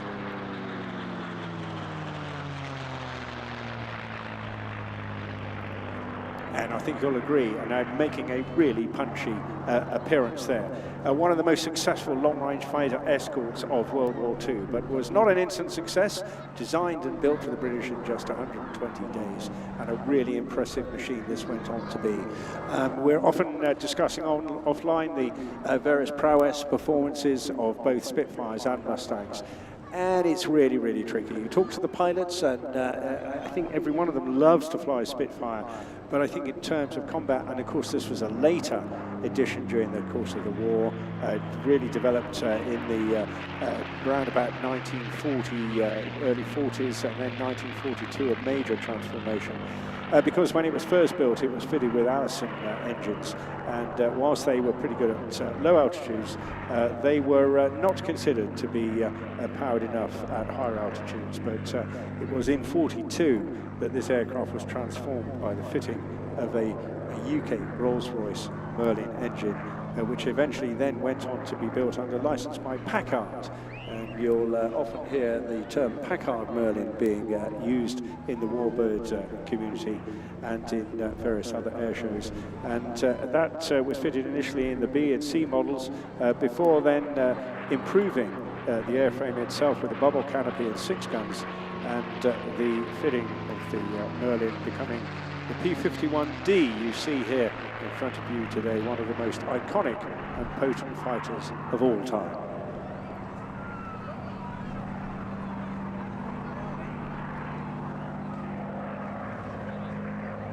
This particular aircraft is known as Marinell. It was manufactured at the legendary North America's Inglewood plant in California. It was shipped to the UK on the 6th of June 1944. What a day that turned out to be. Initially allocated to 504 Fighter Squadron, part of the 339th Fighter Group of the famous 8th Air Force, placed under the command of a young pilot called Captain Bradford Stevens.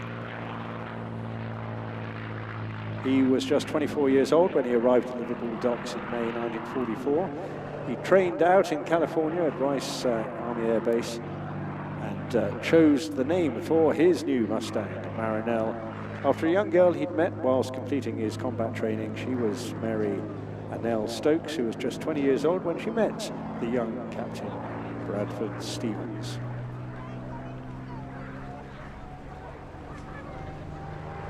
Flown today, though, by Isabel, and she demands real respect for bringing this one back. Spent many years in the corporate world, and now training herself in her 30s to fly several different types of aircraft, including the P-51 and the T-6, otherwise known as the Harvard, the T-6 Texan.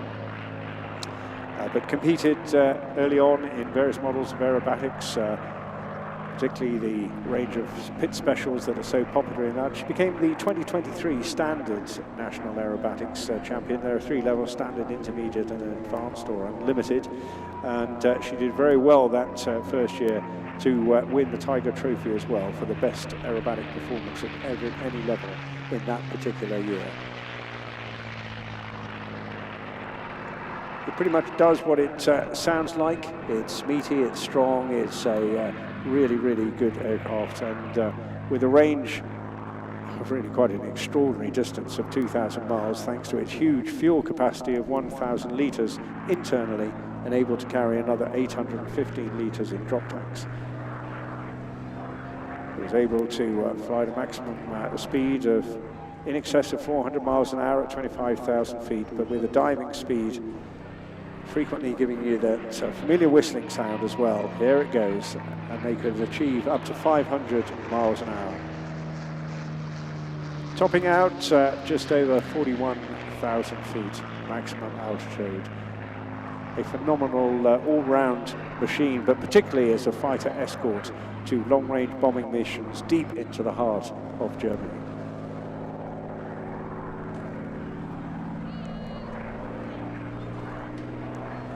When she's not flying this beautiful aircraft, Isabel's still flying other aerobatic aircraft as well, and also helping to bring young pilots in as a training flight instructor on the Cirrus aircraft, but also occasionally flying the equally lovely PC-12 single-engine turboprop aircraft out of Pilatus as well.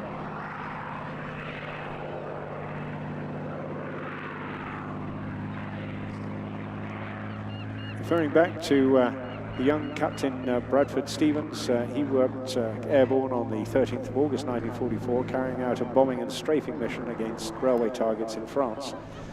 Landing back at Falmere, you'll know up in East Anglia, and his combat report noted the heavy, intense and accurate flak of that particular mission. And then later that day, another colleague of his on the same squadron, Lieutenant Winkleman, set out to a dive bomb area equally across the channel as well, flying Marinell, but was very sadly shot down at around 6 o'clock in the evening. And the aircraft, would you believe, was only with the unit for 45 days when it went down. During that time, however, it had claimed 4 enemy planes to a name, 2 Focke-Wulfs 190s and 2 ME-109s as well. So a pretty good track record for a very short stint in operations. But continuing to keep that story going, I'm grateful thanks to Isabel, showing the magnificent lines and sights and just the whole feel. You can imagine what it is like to be in this cockpit. Not pulling too much G, nobody overstresses warbirds at all, because it's really important to keep these going for future generations to enjoy, but giving us some lovely arcing maneuvers, big wing overs, and the occasional roll.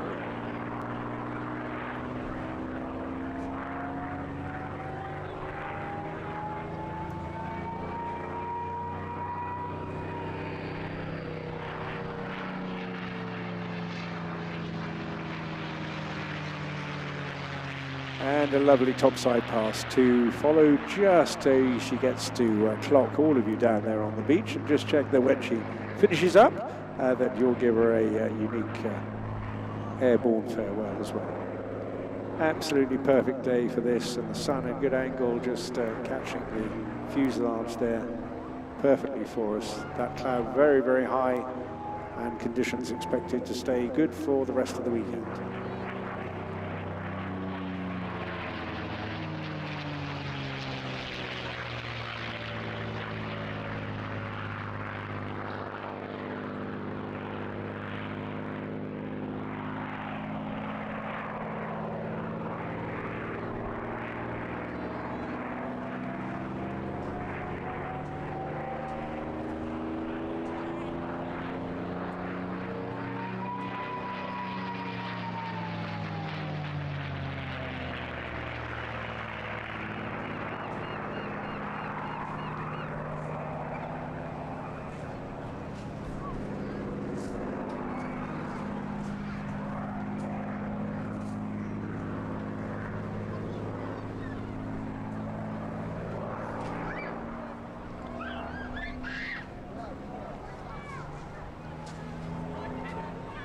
You can occasionally get a ride in one of these as well. There is a little bit of room behind the pilot there just to fit in extra speed. Oh, and a delightful, good chance to give her away there. She just tops the canopy towards you.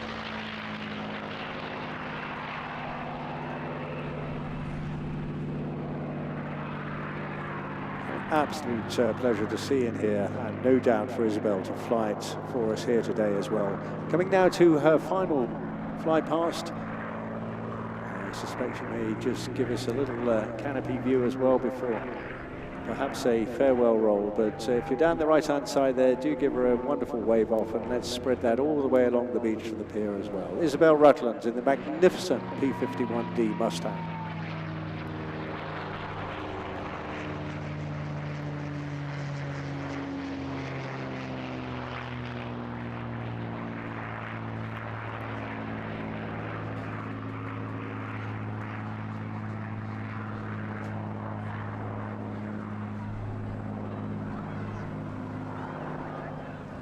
Well, as she goes off into the wild blue yonder, I'm expecting a young member of the Red Devils to come in and have a chat with us. And we'll just try and locate him and make sure he's all tooled up, ready to go. It looks magnificent. You'll see some people out there in a raft. Well, 2 little dinghies. And don't worry, they're not keeping you from swimming close to the shore. They're there to assist the Red Devils parachute team, because today they're going to drop into the sea. Not a lot of beach left anyway, is there? Do you remember when we used to have the Tigers here for many, many years, a very entertaining parachute team who occasionally landed just in 1 or 2 other places, but a lot of fun they were today. However, the military has concentrated down on just one sponsored and branded team for each of the services. We have the Royal Navy Raiders, the Royal Air Force Falcons, and for the British Army, the Red Devils.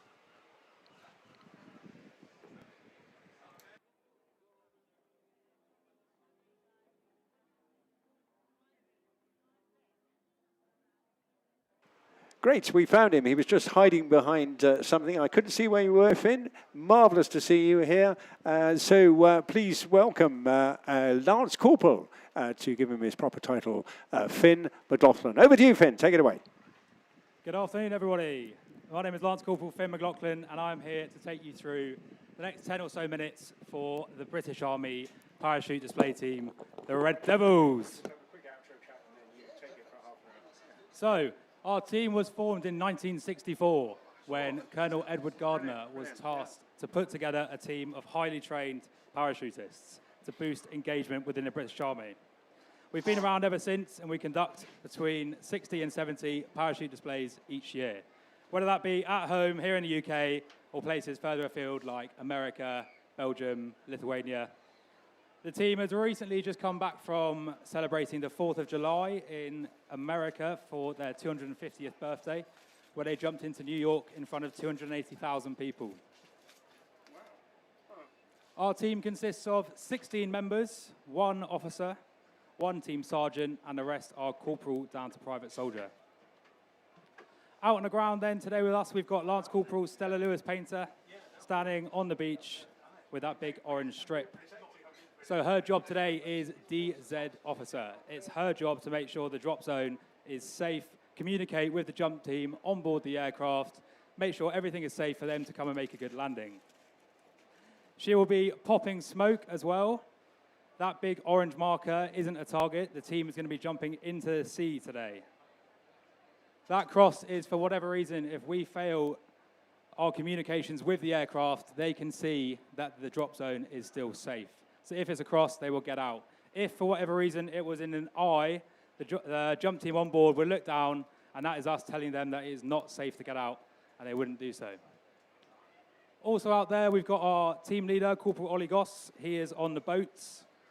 He'll be communicating with Stella, making sure everything is good for them to get picked up.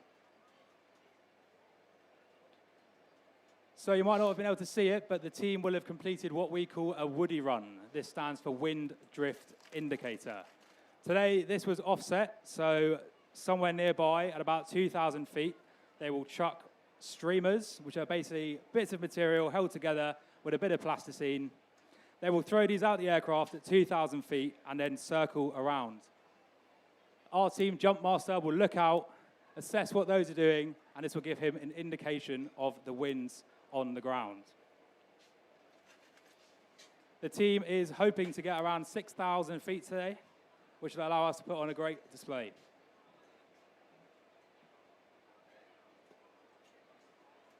We do also offer tandem skydives for members of the public, for anyone out there that is interested. We are based out of Skydive Netheravon down in Wiltshire. We offer tandem days throughout our season. You can book in online, come down, meet the team, spend a day with us. We'll take you up to around 13,000 feet and throw you out of a plane.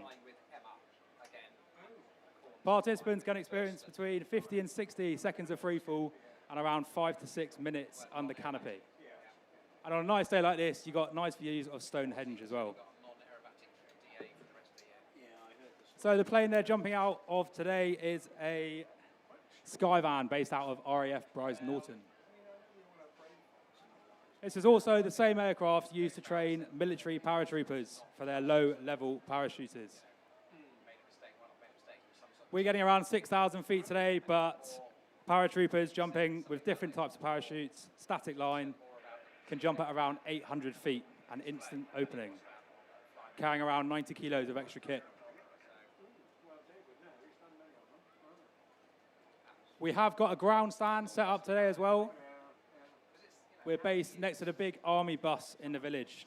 We've got a blow-up marquee, a TV, some VR headsets, so kids can come and experience the tandem skydive for themselves. Once the team have landed as well, we will be over there packing our parachutes and chatting to meet all of you guys. So come say hello. We'd love to meet you all. You've got to try to decide, haven't you? Do you just do it again and not make a mistake? Or do you actually need 2 weeks training on how to fly ISIS? We are also on social media. Everything we film, take photos of, we post on our socials, on Instagram and Facebook, at Army Red Devils. Make sure to take lots of photos and videos yourself, tag us at Army Red Devils, and we'll share it to our stories as well.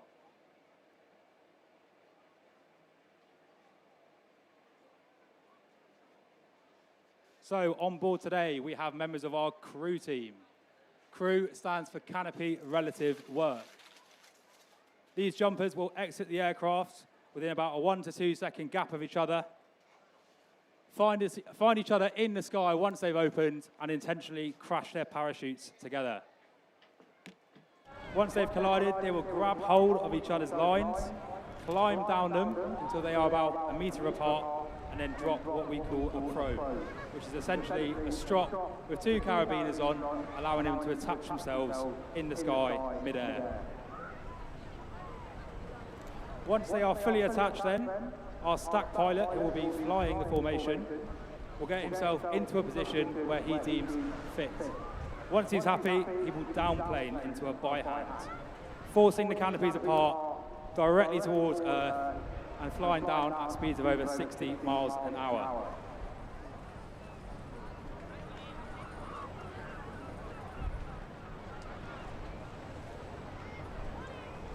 Also on board, our team sergeant, Sergeant Steve Anley. He is today's jump master. He's got the most important job on the day of a display.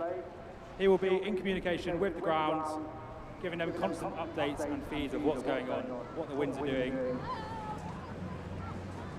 It'll be his job to assess when it is time for the jump team to get out. He will exit first, free falling towards the Earth at speeds of over 120 miles an hour. When he's happy, he'll pull his parachute, assess what our ground smoke is doing, and decide where he needs best to set up. Everyone else will then look at what he is doing, what pattern he is flying, and follow the direction that he sets. You might be able to make out a small plane to the right-hand side over the cliffs. That is our jumpers on board the Skyvan. They will have done checks before entering the aircraft, checking each other. They will now be doing some last-minute final checks of their kit and equipment, making sure everything is in good order.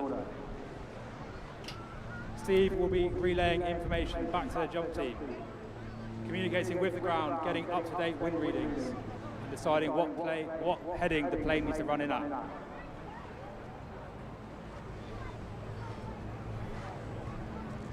They're currently around 6,000 feet. Trimming the plane onto jump run. Steve, at this point, will be poking his head out the back of the aircraft, looking down over Eastbourne. He'll be able to see the cross on the ground, communicating with the aircraft to put them in a good position to exit.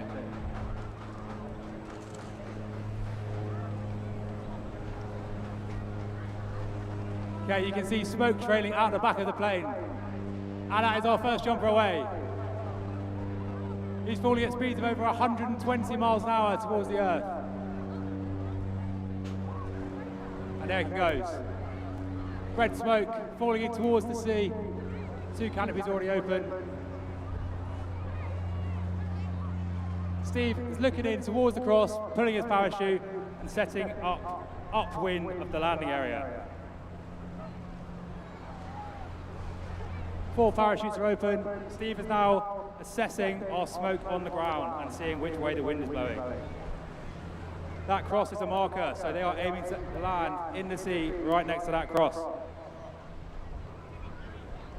The others will be above watching what Steve is doing and getting ready to set up their landing patterns.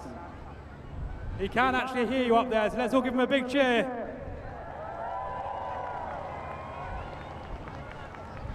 Flying towards the downwind leg now. Looking at the smoke, putting in some big turns to lose some altitude. Steve's actually on a slightly smaller canopy, allowing him to cut through the wind quicker and get down before the rest of the team. He'll be looking down, getting to the right altitude to start his landing pattern. Smoke still billowing. Keep up the noise, he can hear you. He's coming in for his downwind lead, pulling on his front risers to pick up speed before turning in towards the beach. Ladies and gentlemen, our team sergeant, Sergeant Steve Hanley.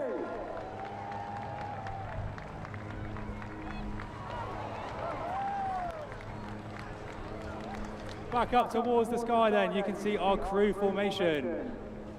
They have flown into each other mid-air and connected, smoke billowing out the back. Our stack pilot is now assessing where he needs to set up in order to downplane the canopy. He will have seen the direction that Steve has come in and set himself up to land the same way. Flying into wind. Also up there we have our Union Jack flag, flown by Lance Corporal Kai Fisher. And here they come, turning into wind. Get ready to downplane, here they come. Speeds of 60 miles an hour towards the earth. Big cheer for the crew team as they come in. Flying into wind. Kyle will be chasing them down, trying to lose altitude and stay on their tails. Here they come towards the earth. You might be able to hear them split. They will now both choose a section to land in, making sure they've got safe separation. Here he comes, Corporal Richard Kingston and Corporal Ollie Hobbs.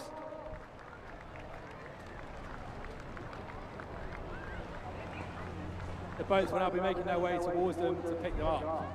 But last but not least, we have Lance Corporal Kai Fisher flying the Union Jack flag on his first display season and his first display water jump. Give him a big cheer as he comes over the beach. Pulling down on his front risers, whipping it towards the rest of the parachuters. Ladies and gentlemen, Lance Corporal Kai Fisher.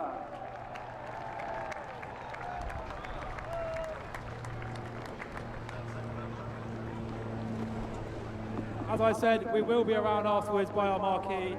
Come say hello, we'll be packing our parachutes. We'd love to meet you. Come sign up for a tandem skydive as well. Ladies and gentlemen, one final round of applause please for the British Army's parachute display team, the Red Devils.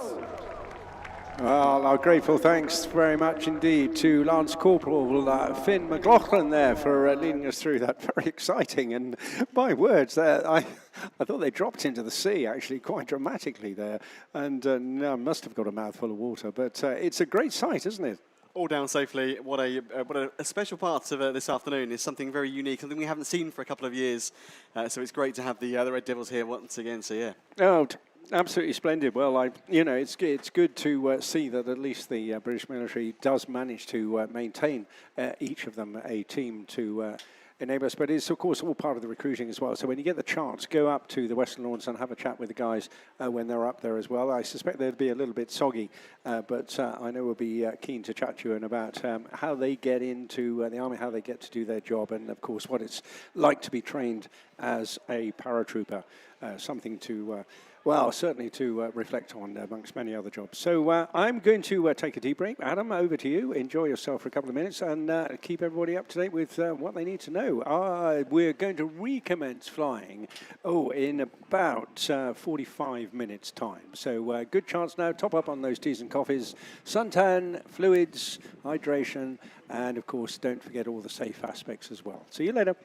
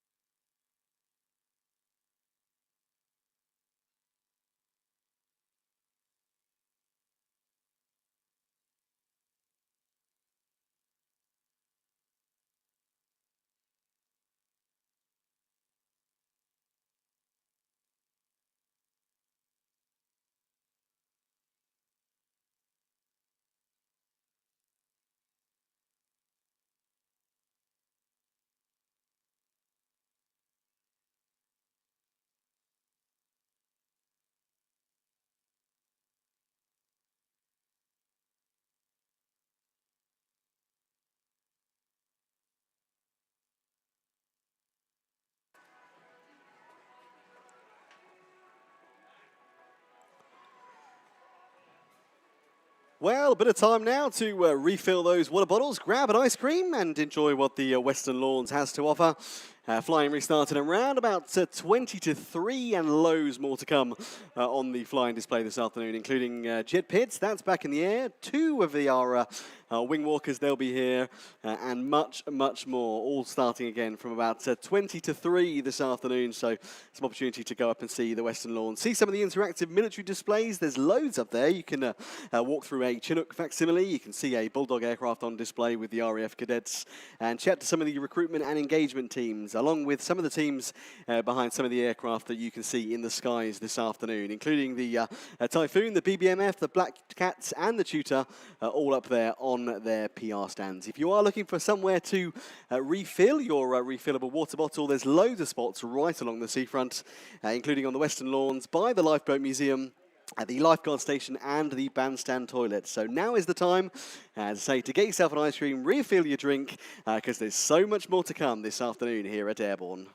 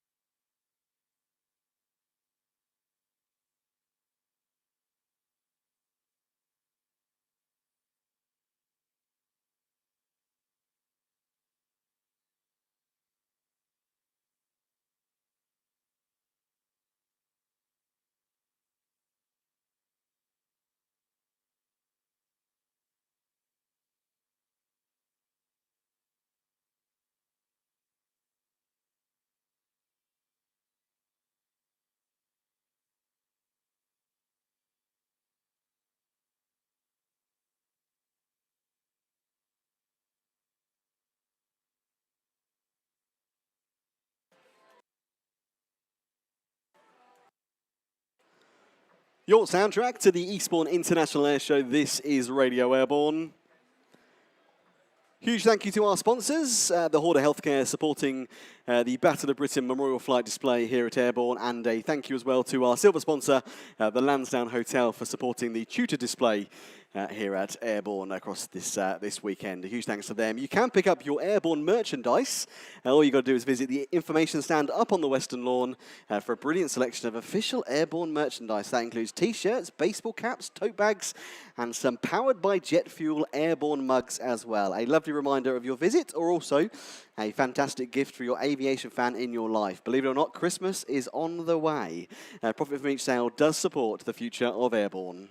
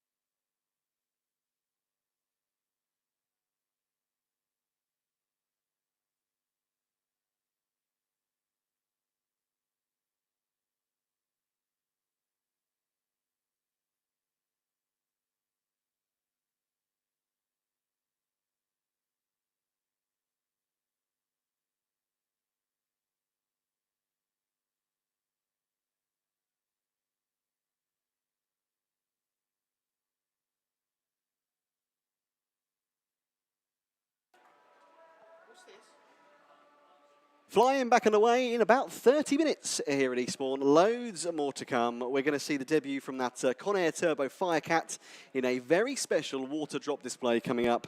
We're also going to see the duo display from the WingWalkers. Plus, on the way, you've got the Typhoon, that Black Cat Solo coming back.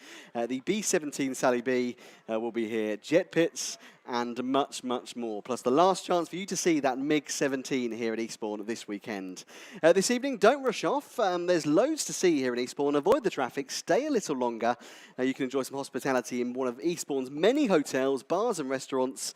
You've got the Victoria Place and the Pop-Up Park with the outdoor dining. Loads of lovely restaurants. Or if you fancy it, you can see the smash hit toe-tapping feel-good comedy Stepping Out at the Devonshire Park Theatre. That's on tonight. Alternatively, down at the bandstand, you have got a Lewis Capaldi tribute show from 8 p.m. Tickets available from the Seafront office or visit eastbournebandstand.co.uk. Now, if you are parked down at 5 Acre Field, the last bus will depart Cavendish Place 7 p.m. this evening. You're listening to Radio Airborne, the soundtrack to the Eastbourne International Airshow.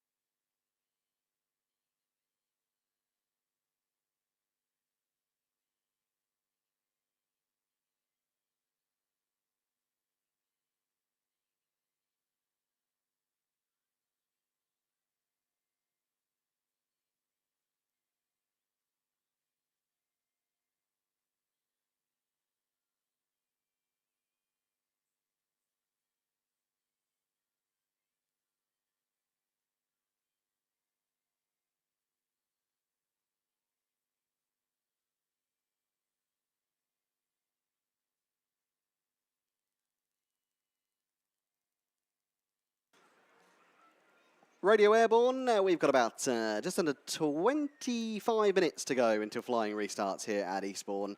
An excellent opportunity, as I say, to get yourself an ice cream, re-top up those water bottles at one of the refillable water stations right across the seafront. And maybe even I can see a few people dipping their toes into the sea. If you are in the sea, don't forget there are some open water rip currents around the coast, so they can take out even the most competent of swimmers. So please do take care. Ideally, swim in the area right in front of the lifeguard station and avoid swimming near to the groins. The Eastbourne Lifeguards and the RNLI are doing a fantastic job supporting the air show this year. So huge thank you to them, and please follow all of their advice throughout the afternoon. Barbecues, they're not allowed anywhere on the beaches or on the seafront during the air show and will be removed by marshals to maintain the safety of our visitors. Keep your family together. That's the most important thing, to see the displays. So keep an eye on the kids. You can pick up a free wristband for your child from either the lifeguard station, the seafront office, or the information stand. Pop your mobile phone number on it, and in case you are separated, we can get you both reunited nice and quick. But I hope you're enjoying it. It's been a great day so far. Absolutely loads more to come, right through till about 4:30 this afternoon here at Eastbourne, and flying back underway in about 25 minutes' time.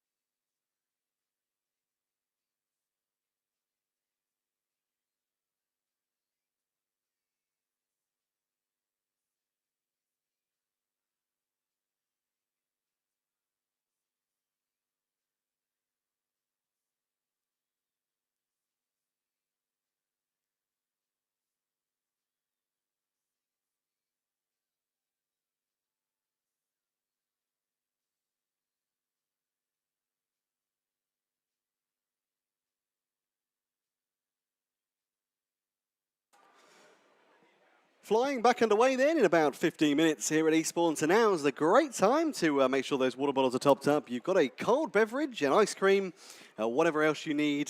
Get back in your seats and ready for what is to come this afternoon. And boy, have we got an excellent second half of today's display. The debut coming in from the Conair Turbo Firecat in a very special water drop display. You've also got the duo display this afternoon in the second half from the WingWalkers. Plus the Typhoon coming in, you'll hear it before you see it. And kicking off the second half of today's show, the B-17 Sally B. That's coming up very, very soon.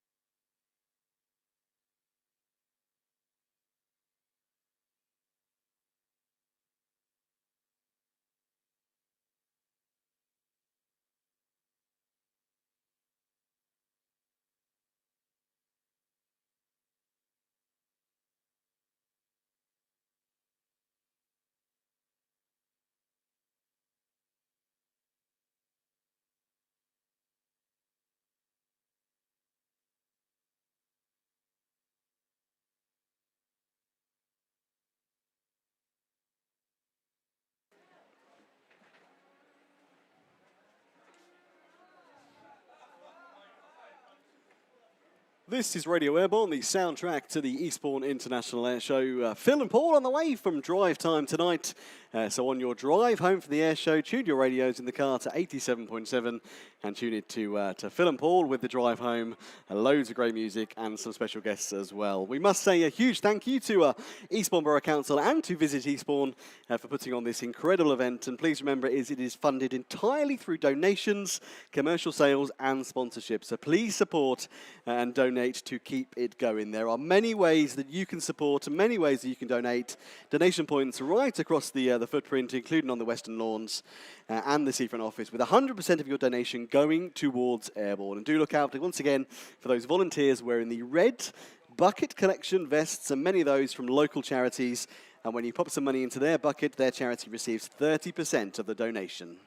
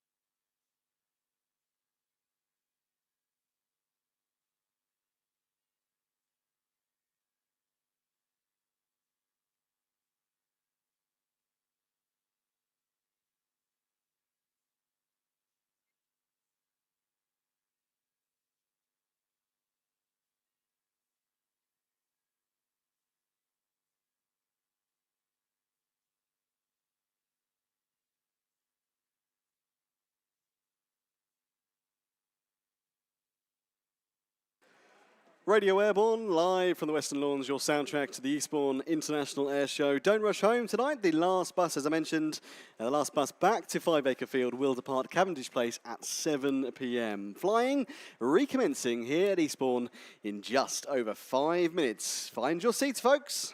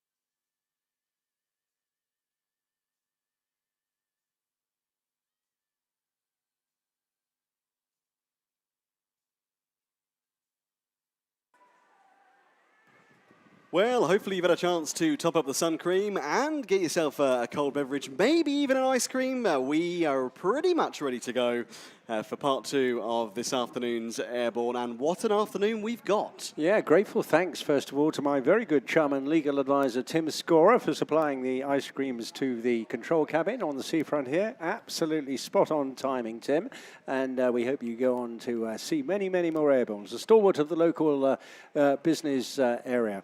Yes, indeed, we'll be flying through now, right through till about 4:15, so good opportunity to make sure you've just got everything with you, got all the family nearby. fly. That's the most important thing, and that they are prepared and ready and rehydrated for a very exciting second half of today's show.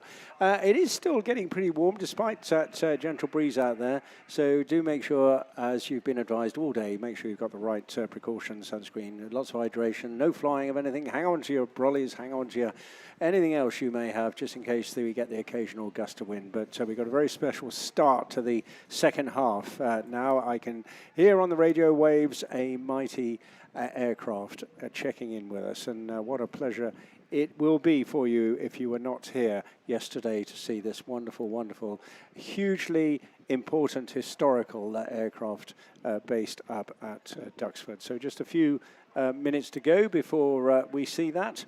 The way is set, and a big hello, shout out for one or two folks who happen to be with John Windover out there on the ocean, one of those sloops out there, I believe, today.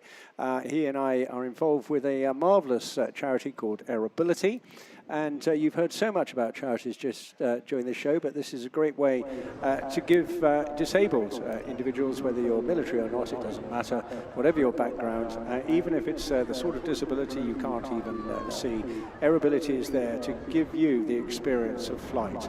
And it has transformed many, including our latest astronauts. But right now, eyes to the skies.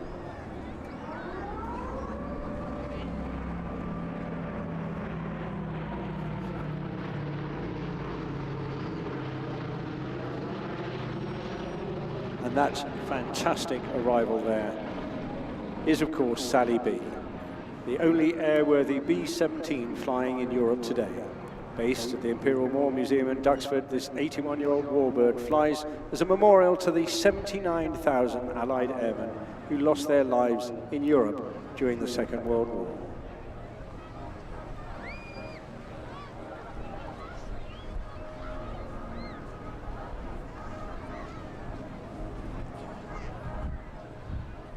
It's been operated since 1982 by her namesake and guardian, Ellie Sallingbow of the B-17 Preservation Society. Sally B flies with the help of a dedicated team of professional volunteers and the backing of the Sally B Supporters Club, one of the largest of its kind in the world. And if I could do anything good today, it is to encourage many of you to get on board with that team of volunteers and others who help support, keep this hugely important airframe in the public eye. Maintained by Chief Engineer Darryl Taplin and his team of volunteers, and flown by experienced other volunteer professional pilots. Today in the hands of John Corley, and alongside him Peter Kuipers. Both of them amassed thousands of hours flying a variety of historic airframes and of course commercial aircraft as well, all around the world. And a real joy I know it is for them to be able to show and demonstrate this aircraft to you today. Backed by the registered charity, the B-17 Charitable Trust. This particular B-17G was built at Lockheed Vega production line at Burbank in California in the spring of 1945. Out of the 12,731 Flying Fortresses built, Sally B is one of a mere handful of survivors and is the last remaining airworthy B-17 in Europe.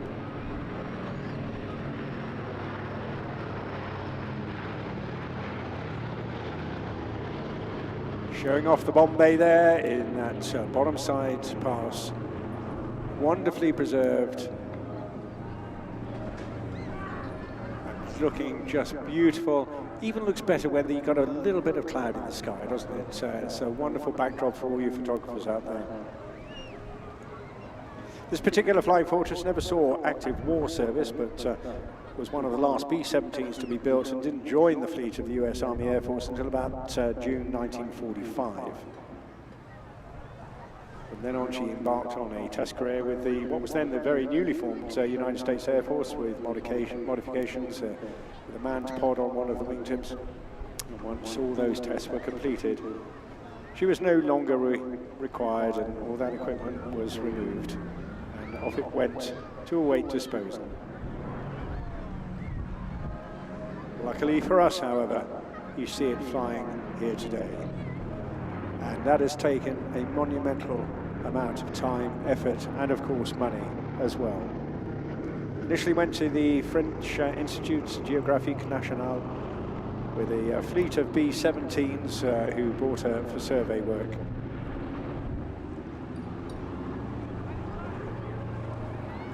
After many years in France, the aircraft was bought, however, by Ted White to be restored to wartime condition and named Sally B after his partner, who I've mentioned, Ellie Sallingbow. She first flew her first air show in the UK at Biggin Hill Airfair on May the 18th, 1975, and has become the official flagship of the American Air Museum in Britain. If you haven't been across to Madingley in Cambridge, then I urge you to do that, because every year Sally B flies over the American cemetery there in tribute to the US servicemen who died during World War II. In addition to that, flypasts over the former US 8th Air Force bases are also carried out whenever possible. She's featured in many films, of course. I know many of you will have seen those, such as Memphis Belle, We'll Meet Again, Over Here on Bomber Crew, and of course the 2007 film The Black Book, as well as displaying at air shows and memorial flypast progression groups. She continues to perform at many high-profile events, and in the past has included the D-Day commemorations and V-Day flypast over the city of London, and also flew at one stage to Poland for the official commemorations of the 1944 Warsaw Uprising.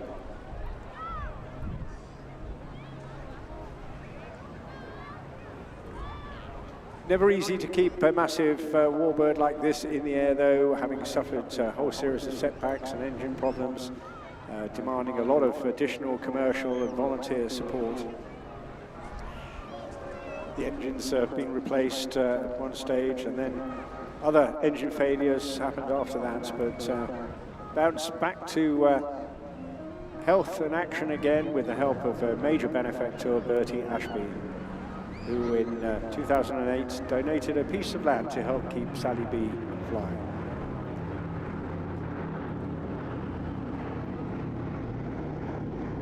Some of you may have visited La Ferté-Alais across in France. They once owned Pink Lady, but once that was grounded, Sally B became the sole airworthy B-17 in Europe. Last year was a huge landmark year, marking the aircraft's 80th birthday and most remarkably, her 50th flying season in the UK from her home at the Imperial War Museum in Duxford.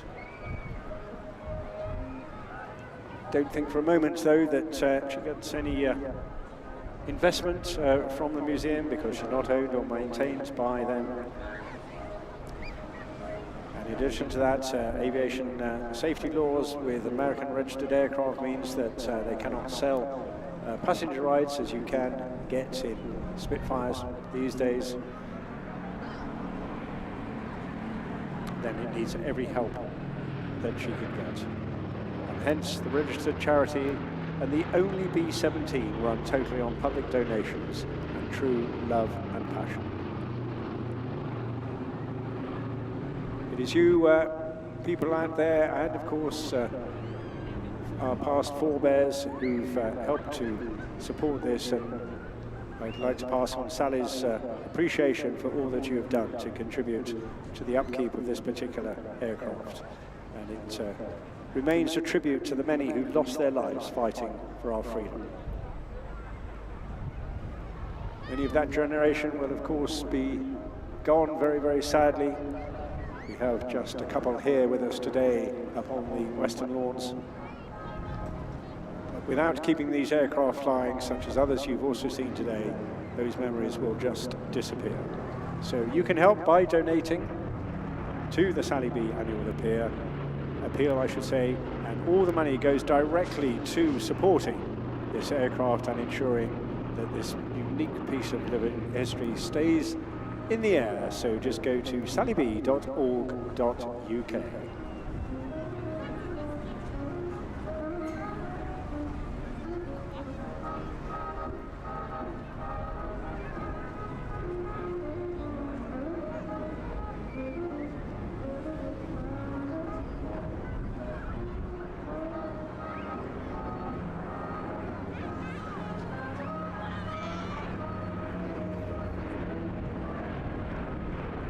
You will have noticed by now the very large D on the tail here, and that's gained a new marking this year, just a month or so ago, the famous square D of the 100th bomb group, the Bloody 100th as it's known. And that connection sits neatly with the 100th Air Refuelling Wing based at RAF Mildenhall, a direct descendant of the Bloody 100th. And that is why they proudly wear the square D on the tails of their KC-135 strata tankers.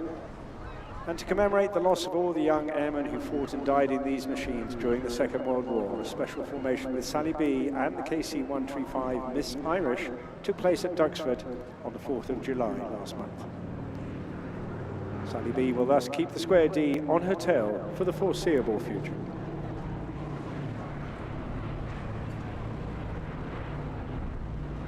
Now, with that trailing smoke, the wounded aircraft disappearing off to our left-hand side. We remember those combat crews whose lives were measured in weeks rather than months, but despite the high casualty rate, B-17s became famous for returning home with terrible battle damage and were fondly regarded by their crews for this particular quality. Off she flies. We salute you once again, Sally B.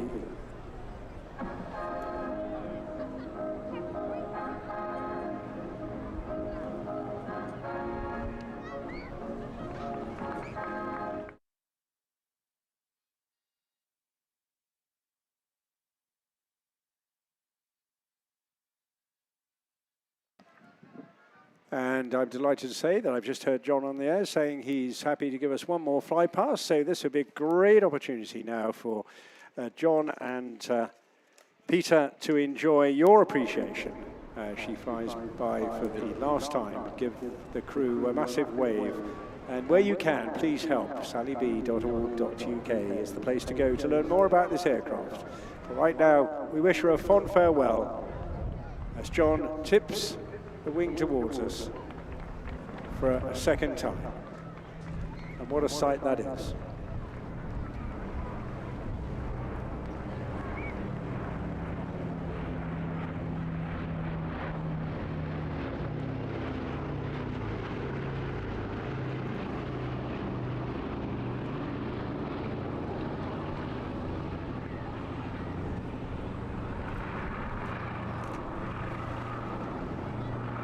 Well, we're blessed, aren't we, this weekend with such a venerable aircraft and, of course, outstanding weather. And a great sight just to see aircraft going backwards and forwards over Beachy Head as well. A significant landmark and, of course, a welcome sight for so many crews returning from bombing missions or fighter sweeps over northern France during the 1940s. Well, Adam, I hope you enjoyed that.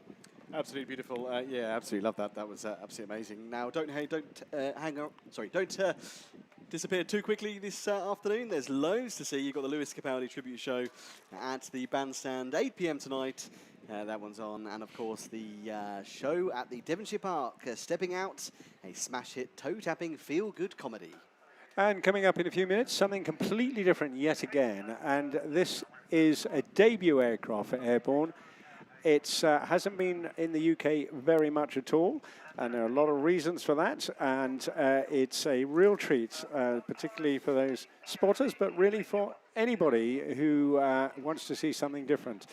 It's also, remarkably, a very, very topical subject, because it's called a Firecat. Yes, it's a firefighting aircraft developed in Canada, as you would be no surprise, because Canada very much leads the market now. You often see pictures on various social media of the CL-215s and 415s. The 415s, clearly the premier aircraft being fitted with turbine engines, doing their thing.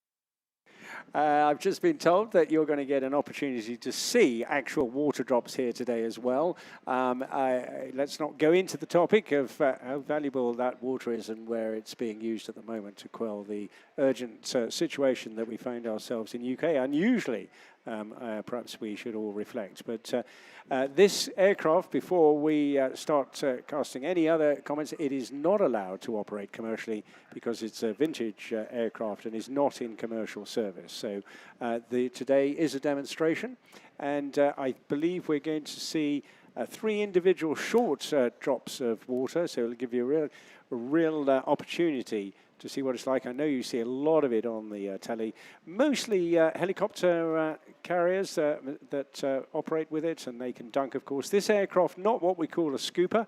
This one actually has to be filled up at a landing strip or airfield. And today, I know using the fire service up at Biggin Hill to help. But cast your eyes now to the left-hand side for the Grumman S2 Conair Firecat.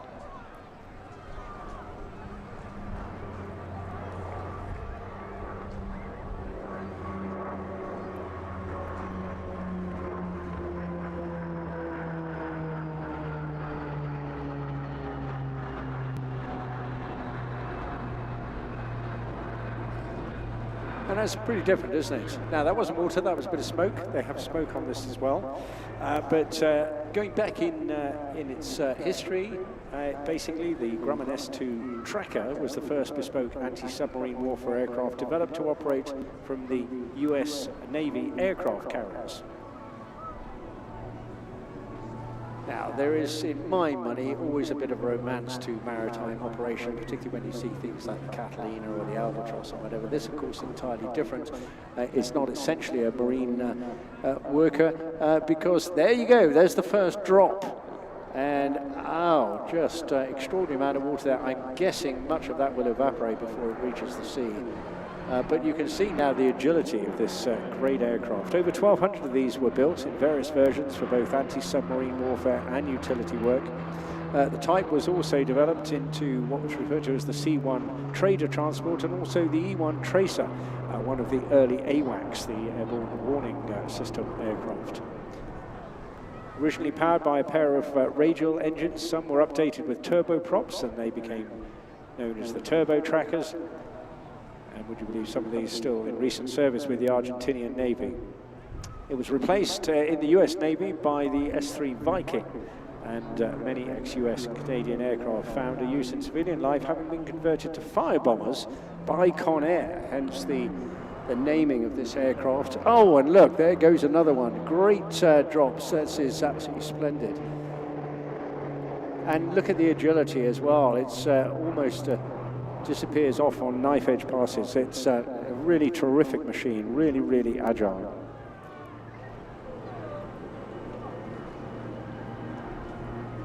So that's how it ended up with its name, originally starting out as an S2 Grumman Tracker, becoming a Conair Firecat. It was fitted with a fire retardant tank into the torpedo bay just under the fuselage. And so the aircraft, hence its certainly agility when it's got no load on board, but is also lighter because they removed all the military equipment as well. First entered service with the Canadian authorities in 1978, and a further 14 were delivered to France in 1982 as firefighters operated by the Sécurité Civile. Very later on, the French chose to upgrade their Firecats through the installation of turboprop engines, underwing fuel tanks, and a larger fire retardant tank. And it was these Firecats that were rechristened the Turbo Firecat.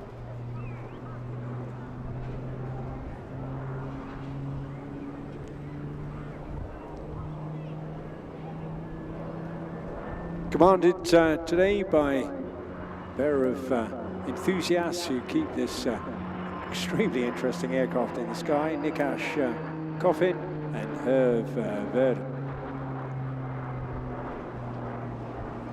They belong to a civilian group called the Amicale Linsonnet des Avions Anciens, and known shortly as the acronym A3A.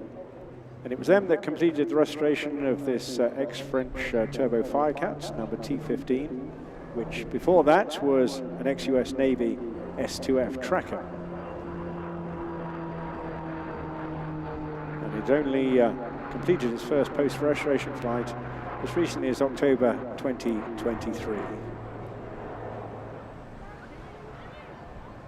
Doesn't come across here once. It did visit Riyadh in Fairford in 2024 as part of their static display, and I've seen it already earlier this year, and very pleased to see it again here, and I think and a really good additional treat to the lineup at this 32nd Airborne show here in Eastbourne.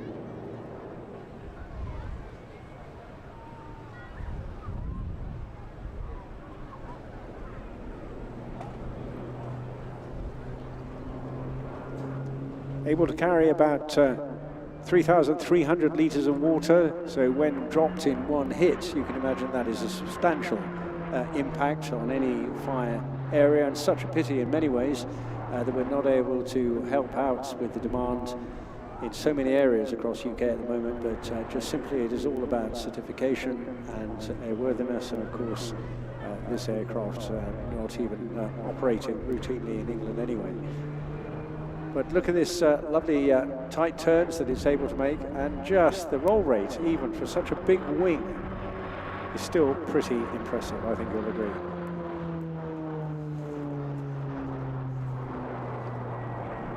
Essential, of course, it's this sort of work, of course, in the when for real is not for the faint-hearted. There've been one or two movies about it, and originally fitted with Wright 1820 engines, but now with the incredibly popular and very reliable PT6 Pratt & Whitney turboprop engine.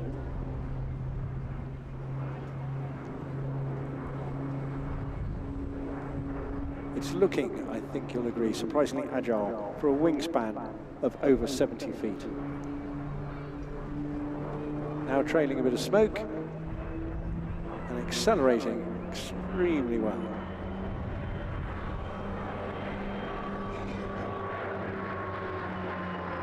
Oh, brilliant wave fly past, wing waggle. There go Nick Ash and Herv. Marvellous beast, and it just catching the sun on the top side there. Beautiful, beautiful picture, nipping off into that wild blue yonder. An absolutely delightful aircraft. Well, that made a difference, and what do you make of that, Adam? Yeah, something a little bit different, a little bit unique, wasn't it? Absolutely beautiful to see it, majestic over the seas of Eastbourne this afternoon. Much more to come. Waiting in the wings is not one, but two Aerosuperbatics WingWalkers. They'll be with us very, very shortly. Next on the bill.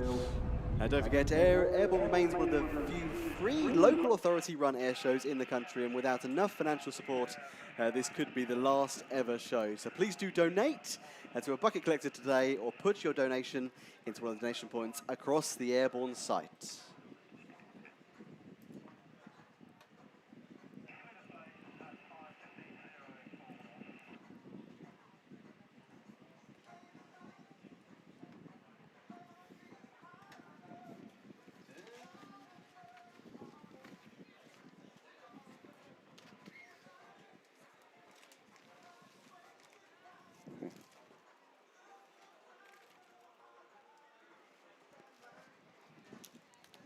I can't.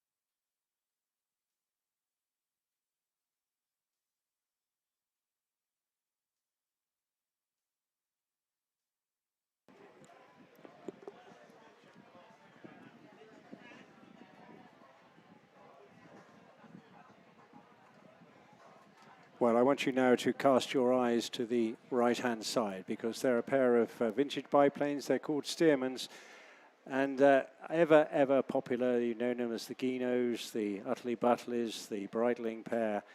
But today, the Aerosuperbatics team are dedicating this flight to Dave Sharman. He was a well-known and loved Eastbourne resident for 75 years, and two of his favourite things were Arsenal and Airborne. He attended the airshow every year. Last year was his last with all his family, as he sadly passed away in February 2026. He will be missed by all who knew him. We remember him today at his favourite day of the year, in loving memory of Dave.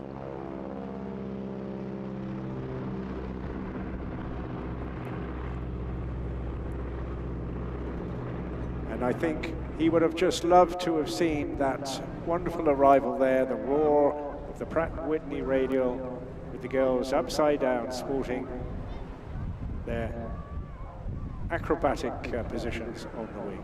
Slightly different display coming today, leading from the front, Dave Barrell. He's got Emma on the top of his wing, and behind him Brian Corns with the well-known Kirsten equally. The girls just love this, lying on their sides now. Take a really, really good look at this. They're taking us right back to the interwar years, when there were just so many spare pilots and lots of aeroplanes. And then this aircraft came along out of the Stearman factory and really wowed everybody. Lloyd Stearman establishing his company as early as 1927. We celebrate the magnificent men and women in their flying machines.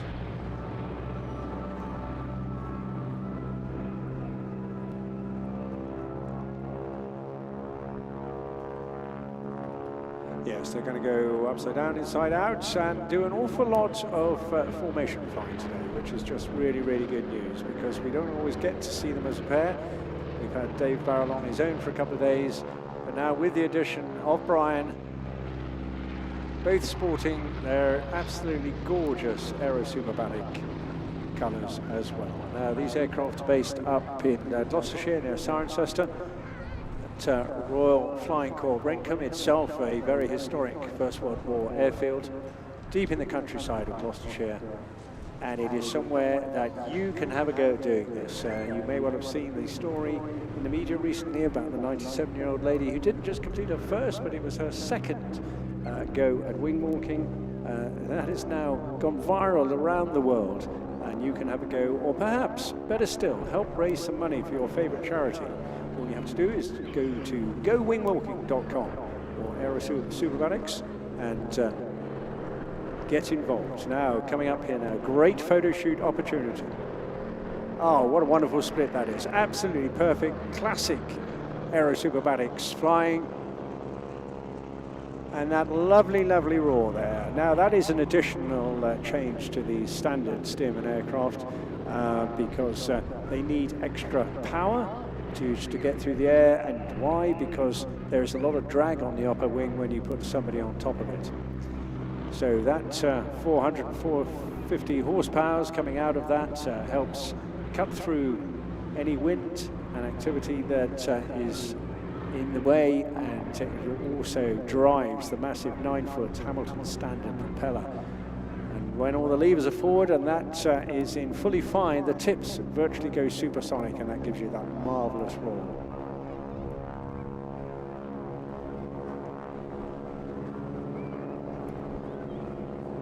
Repositioning left and right, again bringing all that history and pizzazz from the barnstorming days, the memories of the flying circuses that used to take place. Not without their hiccups, of course. One of the founding leaders of this, Ormer Locklear, he is a guy who ventured out on the wing for real to try and fix something as he was flying. He eventually became a cropper himself. And wonderful pass there, going to a bit of a Humpty Bumpty now, as they push the stick forward, just as if you're rattling down a country lane and go over a humpback bridge. All the stomach comes up to your mouth and then goes the other way again as they put back in a little bit of positive G. So to help with the agility of these aircraft, they're also fitted with an additional pair of ailerons. The little bits you see maneuvering on the outside edges of the wings, and that helps it to turn. So if you've got more of those, then there's more airflow to turn. The girls back on their sides again. Watch them carefully throughout the course of the display as we come up for another great photo opportunity.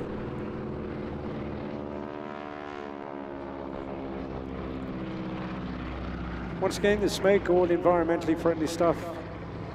It's a form of baby oil. You can wash your hands and face in this and have no effect. And I understand even the girls occasionally use it to put in their hair. So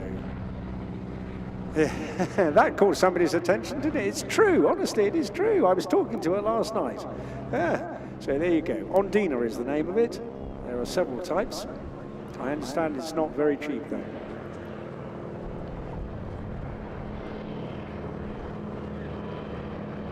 Now the girls get going with their acrobatic formation work. Upside down, legs out to sea and up to the sky, and another great crossover. Now these girls are very competitive to get these jobs, getting on the top of a wing, and they have to work jolly hard to earn their place as well.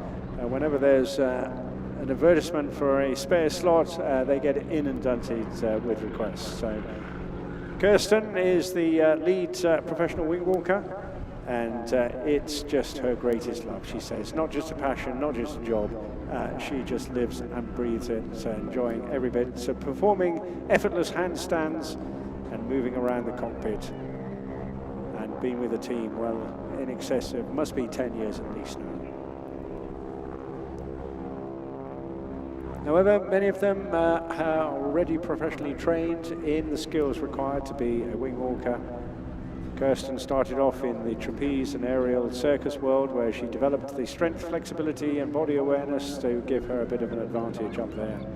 And she still continues to love every bit of it. But when she's not doing that, she's either motorbike riding, teaching aerial circus, practicing yoga, creating art and other adrenaline activities. Not that I'm sure that art is that much adrenaline in it, but the pair of them I know have a great time, because Emma also spent many years seeking other extreme activities: marathon, shark cage diving, kite surfing, skydiving and all sorts of things like that. It's in her blood, but also was a professionally trained dancer as well.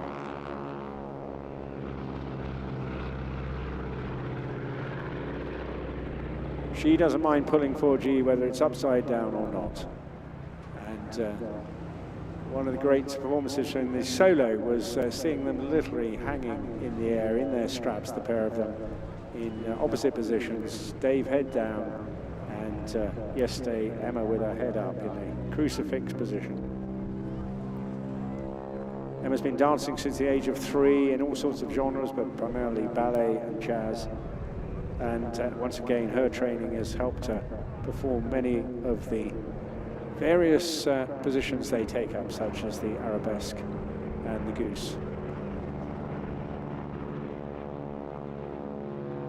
And here's the first position, still actually closely aligned with the harness. And that is the first of their maneuvers when they wander around the top of the wing. It is happening for real, there's no magic here.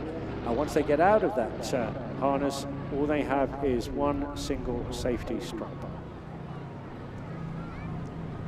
which is a lot better than the likes of Ormer Locklear had and his famous friend Ethel Dare many, many years ago.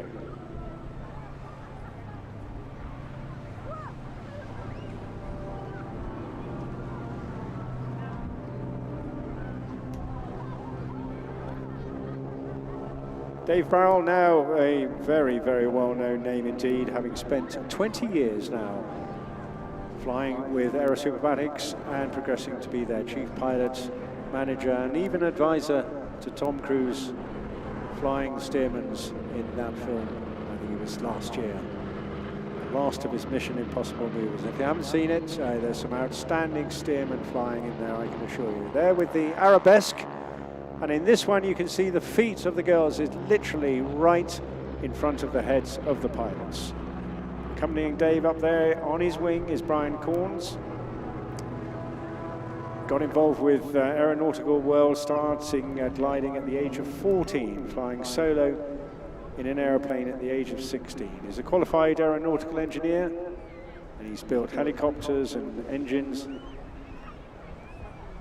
Long to join the Royal Air Force. He's got well over 13,000 hours. He flew in the Royal Air Force for 23 years, flying a multitude of different aircraft, from single-seat fast jets to multi-engine transport aircraft. He also competed in the British Aerobatic Championships for many years, often flying his own home-built aircraft.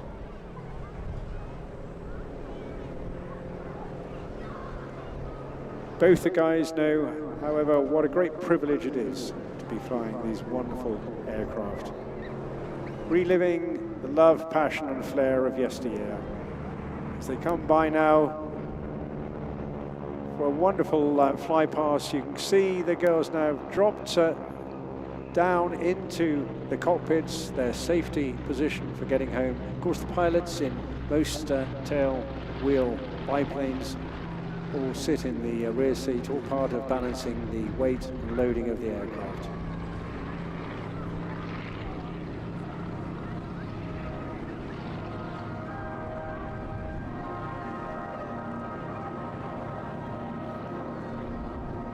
And that is the Aerosuperbatics WingWalkers. Now, Adam, would you like to have a go at that? If I'm honest, I don't think it's for me. I don't think I'm really built for that. But, well, we can give it a go. Try anything once. Well, you could do a bit of dance training or do a couple of marathons with the girls first, couldn't you? It's going to need at least a year, I think. So maybe next year. OK, well, try the Couch to 5K programme. Honestly, it's really good. Not that I've done it, but I've listened to it. And it is enticing. You do get the bug, you know, for getting into the regime. Anyway, give us a catch-up on the showground. Yeah, absolutely. So loads to come very soon, something a little bit different. Jet Pits will be here. That's up next. But a lot's going on around the showground, lots to see and do on the ground. Do pop up to the Western Lawns if you haven't already. Most of the display teams are up there. You can meet some of the teams behind the BBMF, the Typhoon, the Black Cats and the Tutor at their PR stand, plus a whole load of other things that are happening up there too, including you can meet Ace and Amy the Air Bear at the Western Lawns information stand. They're meeting fans, posing for photos and handing out stickers throughout the day. So definitely pop up there and see them at some point this weekend. Yes, well, I'm just listening into the radio now. Get lots of distractions in this box. You make the occasional, a slip of the tongue. Yeah, I was talking to somebody there. Now, there'll be some people out there that remember David Coleman.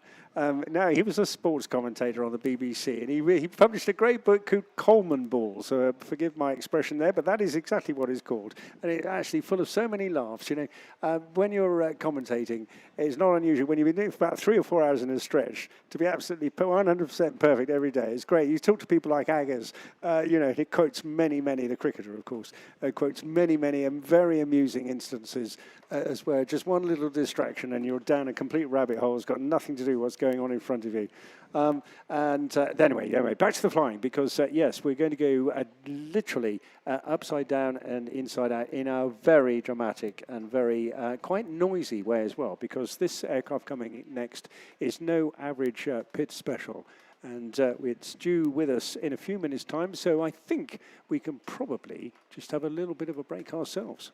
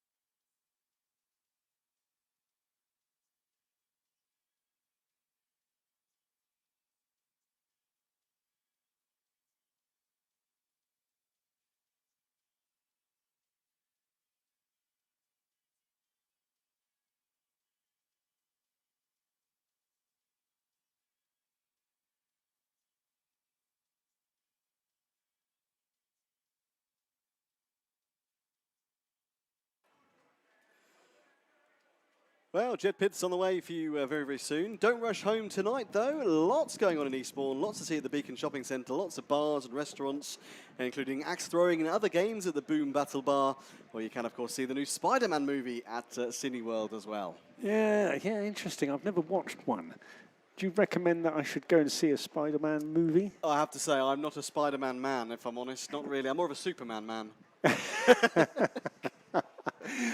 Something else crossed my mind, but I daren't mention it publicly, only because you don't know the man I'm looking at. But there we go. We're looking out to the right-hand side because that's where we're expecting to see him. I don't see him yet, but people are checking in on the airwaves. We are on time, so don't worry. I don't think anything's happened there. I've just noticed the clouds coming in, which we were expecting. That's dipped the sun a bit, but it's still strong, so don't forget the UV impact this time of year. It's still very high, particularly for the kids. Don't get yourself sunburnt, and of course keep hydrating as well. It's definitely more humid today. It doesn't feel as hot, but nonetheless with humidity you are still losing a lot of body vapor, so take lots of fluids. Now I can hear the airwaves crackling into life, which is fantastic news because, as I said, this is not a normal pits, of course. We refer to it quite often because it was for so long the standard aerobatic competitive aircraft for many, many years before both the Russians got into the business, but of course people like Walter Extra as well, getting into the business of really, really building phenomenally energetic and strong, reliable aerobatic aircraft. So Richard is one of those guys who's so passionate and equally committed to improving every aspect of not just his own flying, but every aircraft he flies as well. And we're going to see now a masterclass in unlimited aerobatics combined with a huge amount of power in a very, very small aircraft. So we're just keeping our eyes peeled for him. Zada's been keeping you up to date. Please don't rush off at the end of the day. Clearly, I suspect that more people have driven here today because of the rail issue over the past few days. So please go carefully. I suggest you stagger your departure here, get a wander around, take the children particularly up to meet all the military guys and all the equipment, have a go on the stuff there on the western lawns. I think that'll stay open a little bit longer as we've got a peak day today.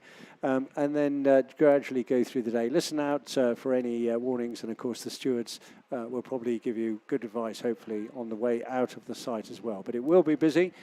Keep absolute close control of all your belongings. Dispose of your rubbish sensibly, please. Ideally take it away with you, but at least aim for some of the collections of rubbish and bins around the site. So now I see the sun glinting off the top of the wings of a very small aircraft, but it packs a punch that is very unusual to see because it has the power almost to keep flying vertically upwards. And it's not magic, it's all down to a pair of little jet engines. Coming up on your right-hand side now, just about to roll into his trademark arrival, which is a knife-edge pass. Smoke coming on very, very shortly. It is, of course, Richard Goodwin in the jet pits.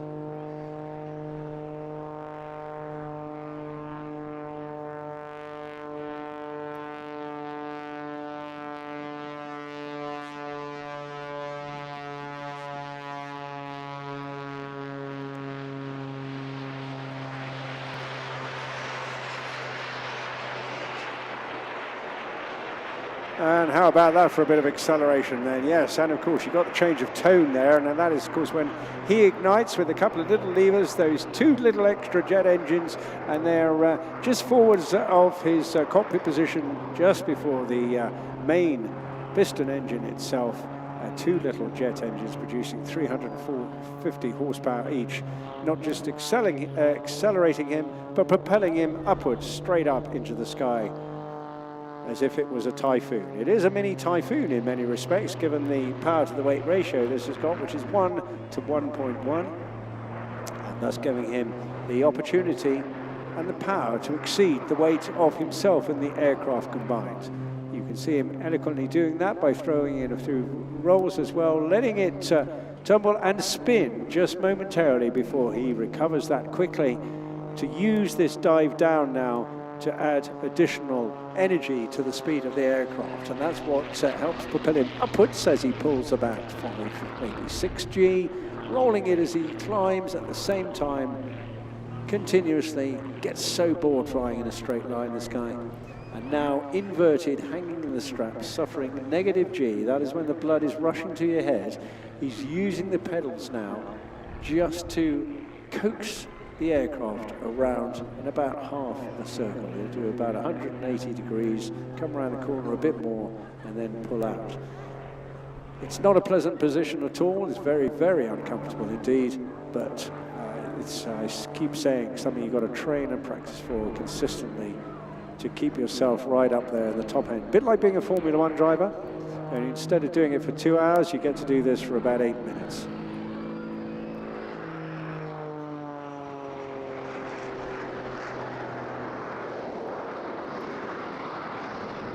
You know what that noise is now, you know the difference. Tracing this aircraft back to its roots though, it was way back in the 40s that Curtis Pitts designed this aircraft. His first special was 1942. He put that in the air in Jacksonville, Florida, initially powered by a 90 horsepower Franklin engine. And look what he's ended up with. If only he were alive today to see how this aircraft has developed and what a legacy he left behind with that original design.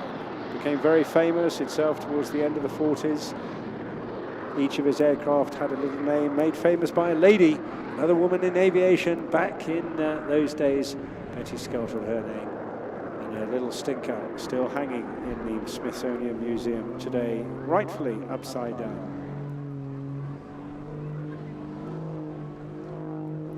Many of them built as a home, in fact initially designed as a home-built aircraft, like so many of these little sports aerobatics aircraft. Refining it year by year. By the 60s, the normal engine had been increased to a 180 horsepower version, and symmetrical airfoils were introduced as well, and that makes inverted flying characteristics exactly the same as normal upright flying characteristics. The additional change, well, not a change, but the additional help and unique facility of this particular airframe is that, of course, you get lift off the airframe as well. Now here he is climbing up into what he refers to as his Christmas tree.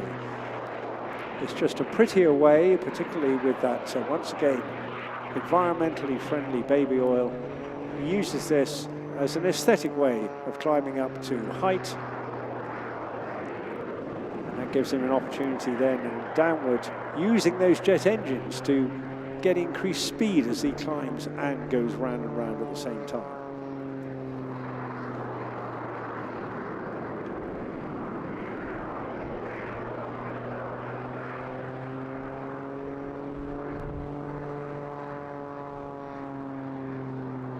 He mix and matches a whole range of different maneuvers throughout this, including his double hammerheads, torque rolls, backwards flight, high alpha knife edge passes, and of course, hovering like a Harrier.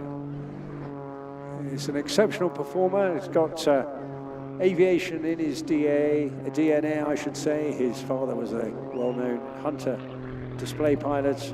Richard himself flew Tornadoes before then going into commercial aviation.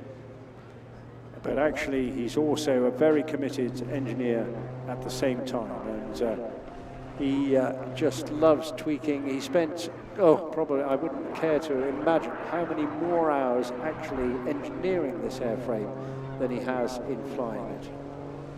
Giving some great views to the people down at the far western end of the beach there. And you can just see how he is able to continue those aerobatic maneuvers and continue to fly upwards at the same time. Thanks to the inbuilt, not standard, but still extreme Lycoming 300 horsepower engine, but the addition of those 2 additional jet turbines as well, giving him a total thrust of 1,700 pounds. The airframe itself, with the additional ailerons that he's put in, a big top wing with big ailerons fitted, providing G limits of plus or minus 6 as the pilot can withstand, and a much greater roll rate to boot as well.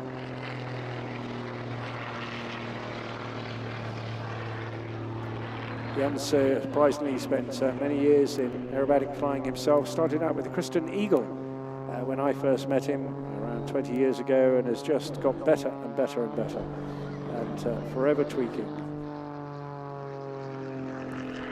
Aided by a couple of very good engineers who often accompany him around, Colin Hales in particular. He also builds and flies his own aircraft as well.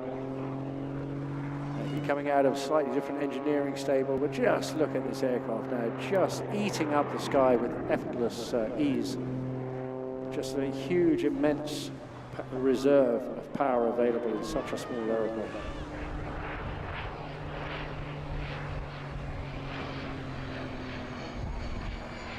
Very much a one-off and exceptionally rare aircraft this now, being the world's only jet-powered pit special, and here it is as he kicks the jet's turbines in, side-slipping at the same time as climbing. A little bit of an angle, holding it now, and here we go into his classic hovering mode. Puts the smoke on because we may get a little bit of gyroscopic effect now as the airplane will twist around. No, but he pushes the stick forward instead, bumps it over the top, and then using that dive to get all the energy back to do it once more time. Rolling fast as he goes.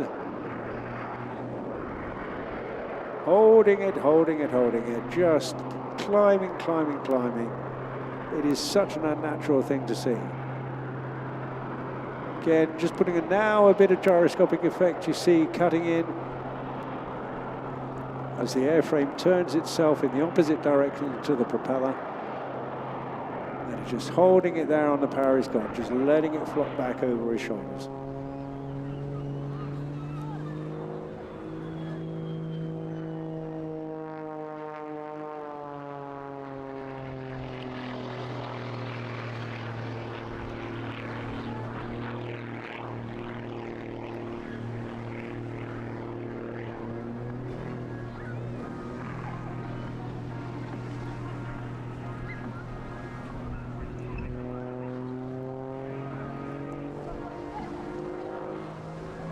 So flying to unlimited aerobatic display authorization level, Richard really does feature some extraordinary maneuvers here. Very much a hot rod pits biplane, this, developed specifically for aerial entertainment, going right back to its roots in the 40s, which what Curtis Pitts set out to do. And a truly unique aerobatic demonstration.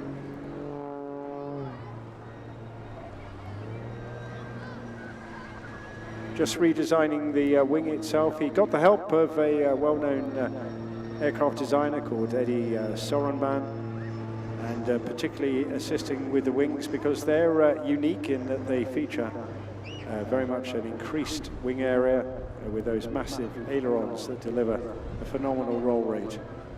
But also at the same time they improve the low-speed handling, and as dramatically demonstrated when he kicks in the turbines to accelerate in a straight line.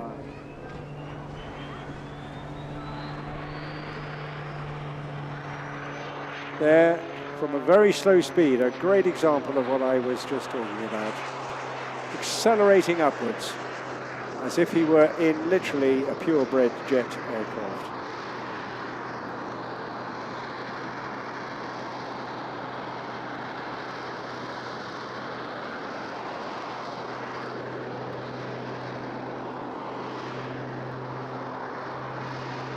Just phenomenal.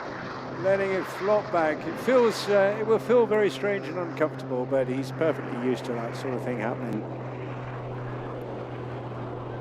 Occasionally taking a break now and again just to check the T's and P's, temperatures and pressures, to ensure that everything is working normally. And of course taking a little mini break himself. Going through extremes of G is an exhausting process, particularly when you're snapping into high G, whether it's negative or positive, and then reversing those forces. Again here, just hanging in his straps. pushing out away now. That gets increasingly uncomfortable in negative G as it increases the pressure on his head as he's pushing that negative G more and more towards the top end of his body.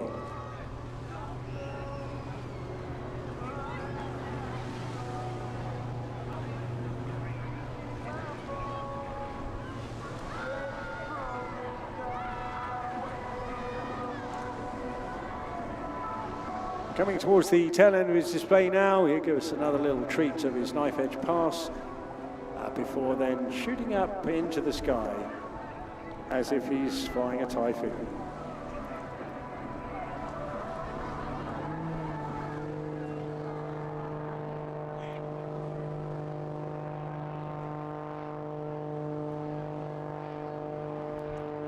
And remember, here he's using a bit of lift from the fuselage at the same time as maintaining that straight and level attitude, using the power currently just of the piston engine, and then when he climbs once more, there we go, kicking in the jet engines, climbing away.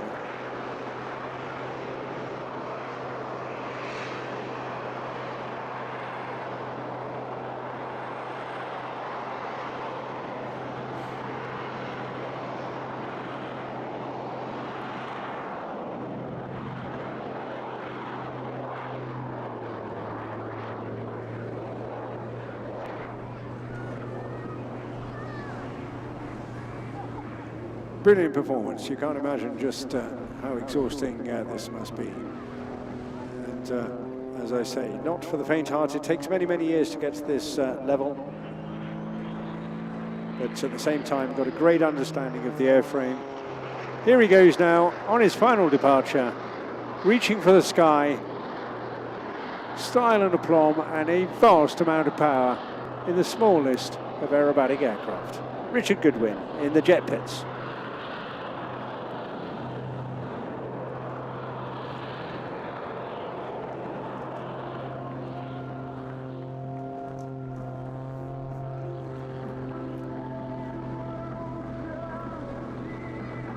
I don't know about you, but I'm exhausted just watching that. What an extraordinary thing. Put yourself in a spin dry and put it on fast spin. You might get some idea what that was like, but utterly exhausting stuff.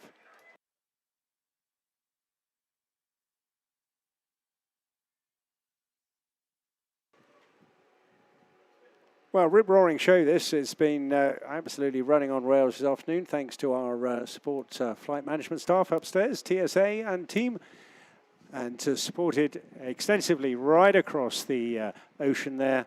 Huge number of assistants from the RNLI and, of course, the Coast Guard, police, stewards, and let's not forget Eastbourne Borough Council itself, headed up by Pete Martin and his amazing team, making this a great day out. Again, just noting, a lot of people here today, so please make sure you keep all the family together, particularly if you're thinking of trying to drift off early. But why bother? It's a fantastic night. And I certainly, if you haven't been for a swim yet, you must. The water's just delightful at the moment, 21 degrees. I've been in 2 or 3 times already over the last few days, and it's really refreshing.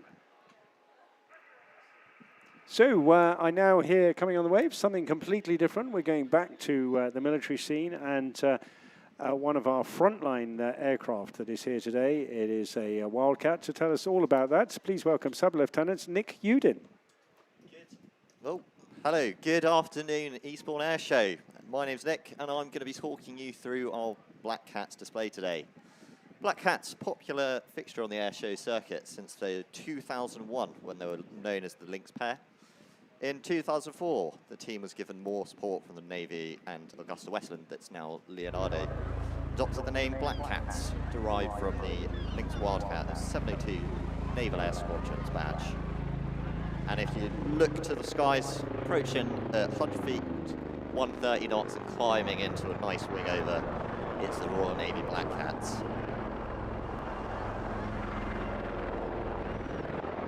The term Black Cats is naval slang for black catting, which implies having done something better than someone else. The aircraft today is a call sign Black 1. It's crewed by Lieutenant Commander Jim Fraser in the right-hand seat. at the controls, and Lieutenant Ollie Mender, who's the observer in the left-hand seat. The Wildcat HMA Mark II is the Royal Navy's shipborne attack helicopter, operating from frigates, destroyers and aircraft carriers. It gives commanders a fast, flexible, heavily armed aircraft that can find, track and strike threats from the air, on the water and below the waves. Drones, fast attack craft and uncrewed surface vessels can appear quickly and threaten ships at range, but Wildcat is built to win that fight. The crew can search, identify and track targets by day or night with a raft of high-end sensors before engaging the threat with its missiles, 50 caliber gun or a Royal Marine sniper and torpedoes. In March of this year, Royal Navy Wildcat helicopters deployed to Cyprus to help British sovereign base areas and bolster the air defence in the region. HMS Dragon was also deployed with a Wildcat helicopter to defend the area. It is now in the Middle East working alongside the French carrier strike group, providing force protection and defensive options for our allies out there, as well as merchant shipping, which is so critical for us here at home. And it's not just to the east Wildcat has been operated. The NATO task group has been sent to the sea in the Western Atlantic, supported by one of our aircraft carriers, other UK warships, and ships from our NATO allies. Wildcats have been spread through the fleet, able to fly and fight foreign ships, as well as British ones.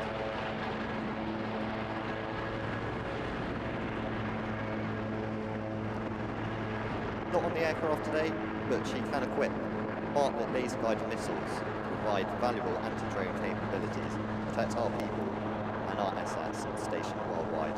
She also carries Sea Venom, a guided anti-shipping missile, which helps counter bigger and more dangerous threats. Stingray torpedoes can deal with submarines and 50 cal machine gun, which has been actioned on many occasions to deal with narcotics and weapons smugglers. Today, together with the aircraft's sophisticated sensor suite, provide potent maritime strike capability from Royal Navy ships at sea. Replacing the Lynx Mark 8, Wildcat has more powerful engines that allow it to be flown in extreme weather conditions all year round.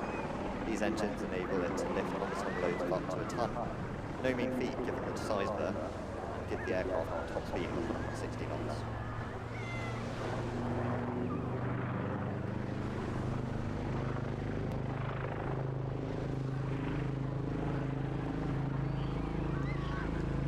The aircraft today is from 825 Naval Air Squadron, who are responsible for training all Wildcat pilots and observers, as well as engineers who end up aboard Royal Navy frigates and destroyers all around the world.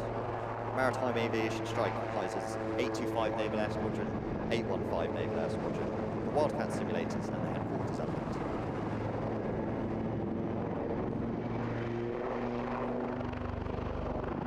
Between those groups, they ensure that aircrew, engineers, aircraft and supporting equipment are ready to support Royal Navy, both at home and anywhere in the world.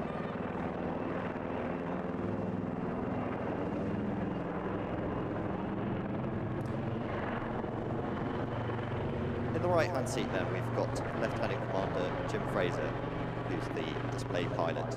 Jim joined the Royal Navy in 2001 and was deployed on operations to the Mediterranean, Baltic, Middle East, Far East, Caribbean, South America and the South Atlantic, with 815 Naval Air Squadron and Maritime Strike role. He went on to instruct with 660 Squadron Army Air Corps and competed in the World Helicopter Championships in Russia. He worked with the Omani Air Force for 3 years where he flew Superlynx in the close air support and search and rescue roles. Since converting to Wildcat in 2017, he has held both frontline and instructional roles with 815 and 825 Naval Air Squadron, including a period where he served as Lieutenant Commander flying at Royal Naval Air Station Goodwin before returning to Wildcat instructional duties with 825 early this year. In the left-hand seat, we've got Lieutenant Ollie Menden, who's the display observer. Ollie joined the Royal Navy in 2012 as a non-graduate post a short career as a kitchen and bathroom designer for the home base. Initially commissioned as a warfare officer, he spent the beginning of his career driving warships as an officer of the watch, prior to being selected for observer training. Receiving his wings in July 2021, he went on to deploy to the Mediterranean, Far East and High North, a variety of Royal Navy vessels with 815 Naval Air Squadron. He has since returned to 825 as a qualified observer instructor and squadron operations officer. Leading on the team on the ground is Warrant Officer Nick Holland.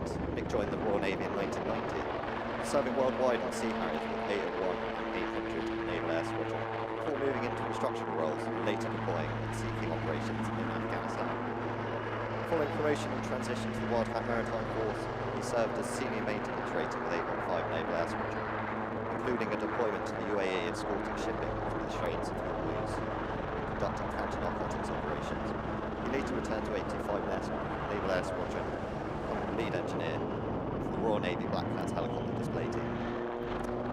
Eastbourne is Nick's final air show with the Black Cats. It's his recent promotion, moving on to a new role within the Royal Navy. He's being replaced by Chief Petty Officer Rhys Dice, MBE.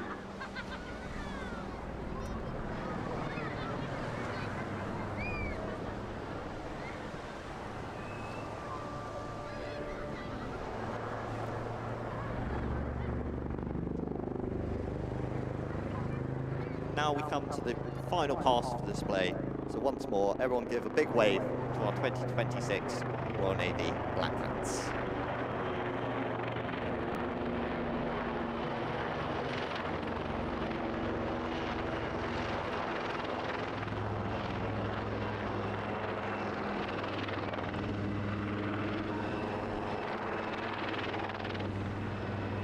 Thank you very much indeed, Nick, for taking us through that. So just out of interest, where are you in the training loop at the moment? So I'm a trainee observer, so I'm waiting for my next course, which will be down at Coldrose flying the King Air Avenger. So my role, once streamed, I'll either go to the Wildcat with the 825 or to the anti-submarine Merlin. I'm hoping Wildcat, because I think it's the best. Some may disagree with me. Well, it's very agile. They do different roles. Are you likely to embark more with a Wildcat than a Merlin? I think it's about the same. Is it? It's a different sort of deployment. Tends to be more people on Merlin deployments, whereas Wildcat is more small teams. Ah, right. Okay. No, it is interesting, isn't it, that it's about 50-50, because I had no idea what the balance was. But I'm guessing that is the real excitement, to get out on operations and be on the back of a ship, some foreign land, heaving and rolling. So that doesn't sort of fill you full of dread? Absolutely not. I've been a sailor since a young age and enjoyed aviation since a very young age. It's a great affinity. So this is perfect for me. I came to both really, really late, and I hadn't realised just how close the genres of flying and sailing were. Oh, yeah. And, of course, it's all down to the aerofoil, but also the conditions. You know, and when you're flying, of course, conditions are never exactly the same. But at the sea, what would really bother me a bit is taking off, knowing that when you want to come back home, your landing field has moved. It's gone somewhere else. But look, we've got the Spitfire now. So enough of that chit-chat, and let's move on to another icon of the skies, which, of course, is the notable Spitfire. And as we referred to earlier on in the day, it is a very special year for the Spitfire because we are celebrating the 90th anniversary of this wonderful machine's very, very first flight.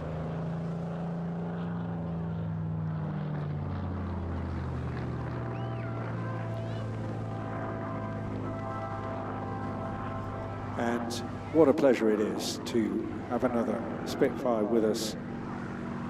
An aircraft that really must bring out many emotions from this area. In fact, for perhaps the older generation who have connections with the Second World War, and the number of aircraft that literally went out into the skies over the channel that we're looking at right now to fight those battles. Absolutely extraordinary. There's so many stories in the background behind me in the countryside of combat crashes that occurred, aircraft limping home from missions over northern France, all based on this outstanding machine.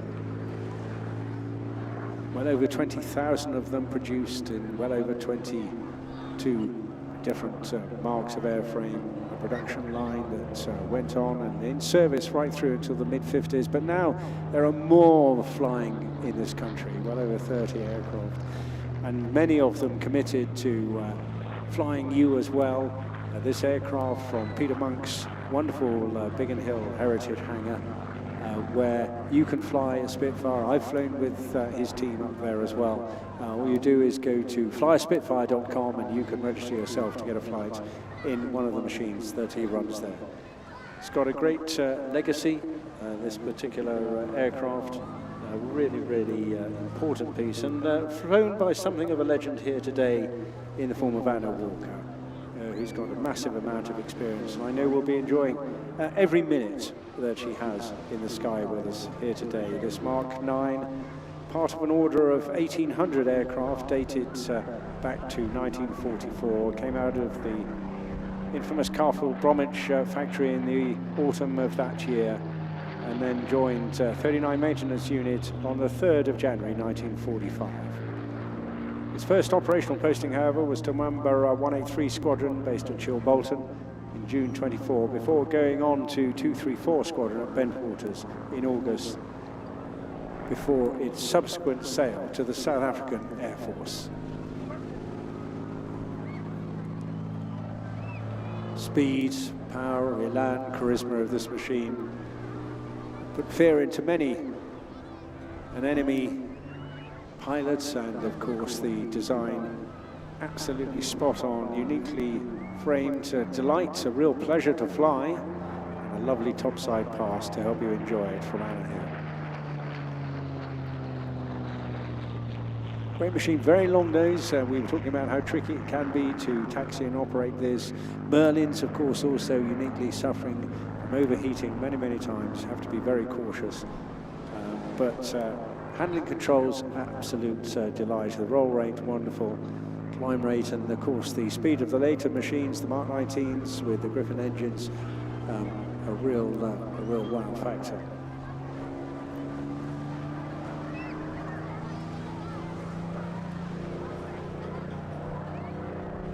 So after being served with the South African Air Force, it lay derelict for many, many years and returned to the UK in 1989 and went through a complete rebuild with airframe assemblies on the Isle of Wight.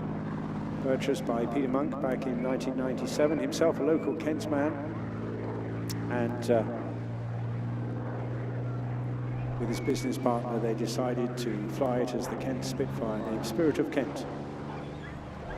That flies in memory of number 131, County of Kent Fighter Squadron, a wartime squadron that was purchased with money donated by the good people of that county.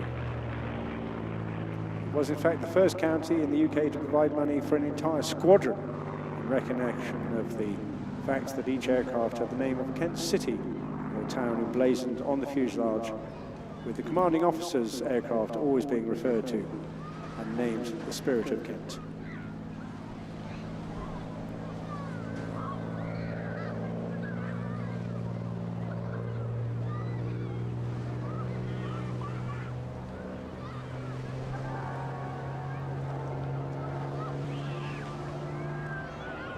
The squadron itself disbanded in 1944, never having flown actually from a Kent airfield itself. They were dispersed around the country at different airfields. One aircraft did manage to get into Biggin Hill to refuel and rearm. But records do show that this aircraft was one of the Spitfires that took part in the Battle of Britain flypast over London in 1945. It may well have been flown by the equally famous commanding officer at that stage, Wing Commander Rowley Beaumont.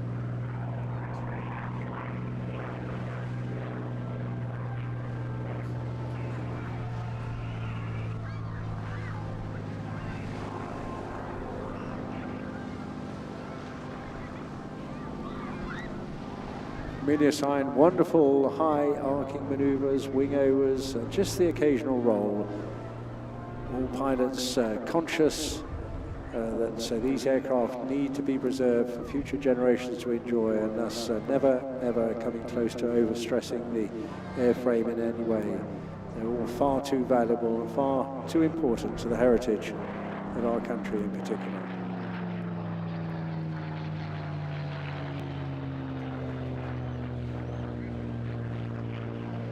And a wonderful victory roll in the hands of the very elegant and experienced pilot Anna Walker. doing a fantastic job.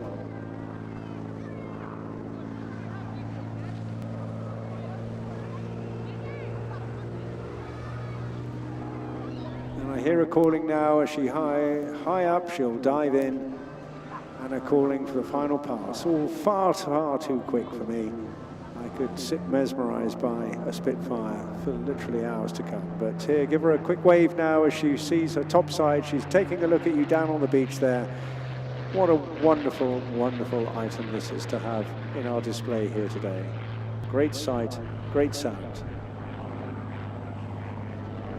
And a wing waggle as she heads off to Beachy Head, such a significant piece of geography as well in the history of both the legendary pilots that flew it and the aircraft itself.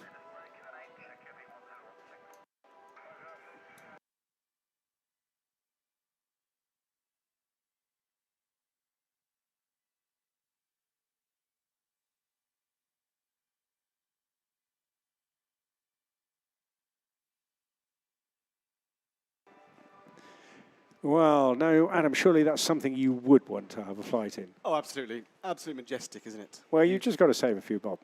Just a couple. Yeah, you can do it. Yeah, you can do it. Absolutely. Yeah. Stop eating. I don't know. Stop driving your car. Do something. You really can. It is just a wonderful opportunity. So many operations now, and it's amazing. I mean, almost daily you see a Spitfire now flying around Britain in one form or another. But Operation at Headcorn, Pieces outfit, of course. Don't forget, flyerspitfire.com. The Biggin Hill Heritage Hangar will help you out there. And a wonderful, wonderful thing to do as a very special present for grandparents, veterans, whatever they may be, or just a significant birthday in your family. Whether we're coming up to the tail end now, the real crescendo, and it's brilliant to have this lineup of very, very important, iconic single aircraft. With the Spitfire following very shortly, another uniquely historic aircraft with the MiG-17, and then we're the finale from the Frontline Royal Air Force presence of 29 Squadron from Coningsby, the mighty Typhoon. So we're just waiting. I think I heard Matthias checking in just a moment ago on the airwaves behind me. Just looking out for him now. A very, it's just brilliant. It's a unique aircraft in many, many ways. This is such a rare sight, and I know you're just going to love it. Loads are still to come, and then a couple more aircraft. The legendary MiG-17 on its way in very soon. Don't rush off today.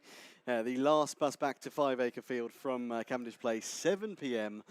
So plenty of time to enjoy what Eastbourne has to offer. If you want to hang around a little bit longer, don't forget you've got a show on at the Devonshire Park, that smash hit toe-tapping feel-good comedy Stepping Out, or of course the Lewis Capaldi tribute on at the bandstand as well. So we're setting the scene for what was a derivative. You may well have seen a MiG-15 here in past years, and that was brought across from Norway by our very good friend Kenneth Arkvila from the Norwegian Historical Squadron based over in Oslo. We haven't seen that for a couple of years, but this larger extended version, more powerful and with a greater swept wing than the MiG-15 had, known in NATO reporting terms as the Fresco. And coming out of another legendary design bureau, the Russian design bureaus, you know, produced some phenomenal aircraft over the years, from Yakolovs to Sukhois, and then the Mikoyan Gurevich bureau as well, producing a remarkable fleet. They were produced in the Soviet Union from 1952 and operated by Air Forces internationally. Keep your eyes peeled to the left-hand side now as we welcome the MiG-17.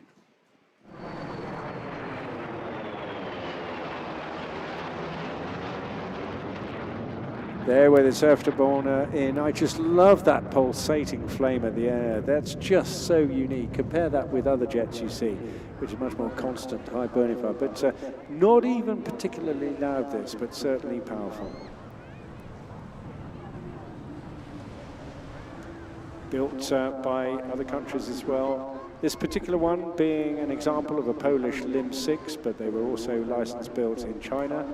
There's the Shenyang J5 as well. And in service with the North Korean Air Force up until very, very recently indeed. Seen combat themselves in the Middle East and Asia. It was an advanced modification of the MiG-15 and produced by the Soviet Union during the Korean War, but didn't actually take part in the Korean War. The production was a little bit too late, though it first appeared in the Taiwan Strait Crisis of 1958. Using up a lot of space, of course. It doesn't have the agility of modern Gen 4 fighters. The airframe design, outdated, the engines don't have the power, the G mitigation, all these things restricting it, so consequently not able to turn as tight, but still in its day was a very successful machine indeed. Designed to shoot down slower American bombers, it showed outstanding success when used by North Vietnamese pilots to combat American fighters.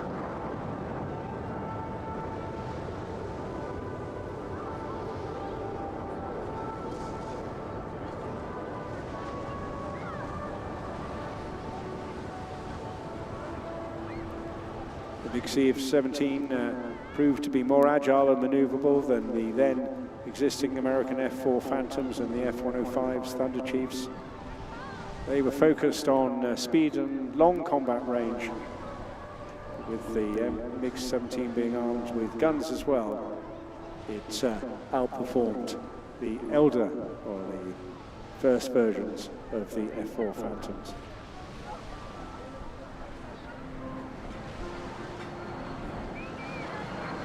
You can see now the longer, wider sweep compared to its predecessor, the MiG-15,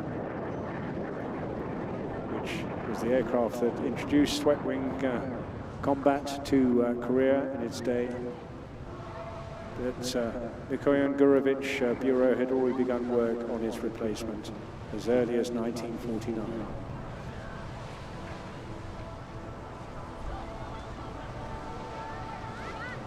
The success you can see here today, introducing the most successful transonic fighter, introduced before the advent of true supersonic types such as the MiG-19 or the North American F-100 Super Sabre.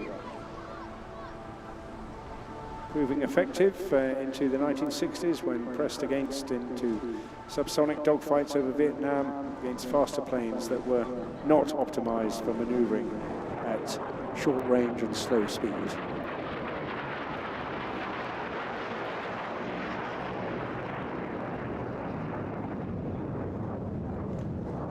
Operated by Fubar Aviation, the only MiG-17 in Europe. Built in 1958, this particular one, in Poland.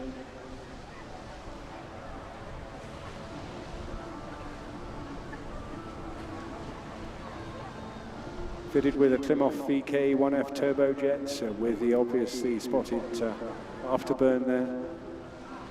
Just achieving transonic capability just a little in excess of Mach 1 itself, with good agility and a strong rate of climb.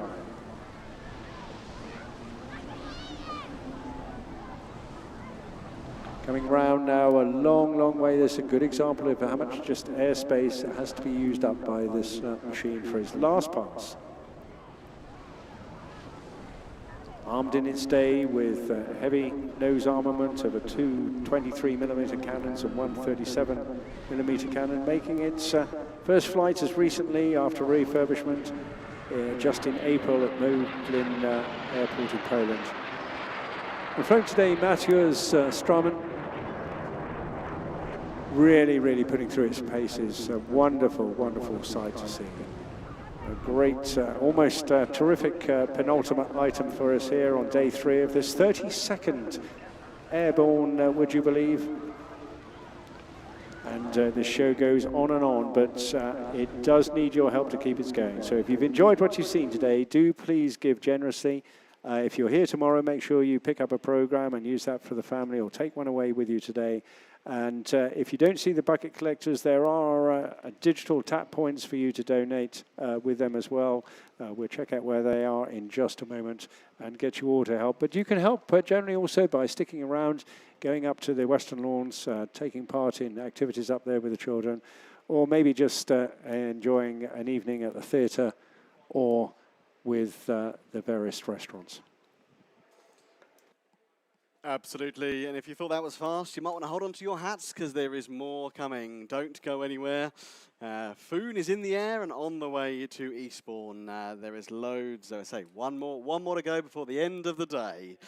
Airborne does remain one of the few free local authority-run air shows in the country, and without enough financial support, this could be the last ever show. So please do give if you can.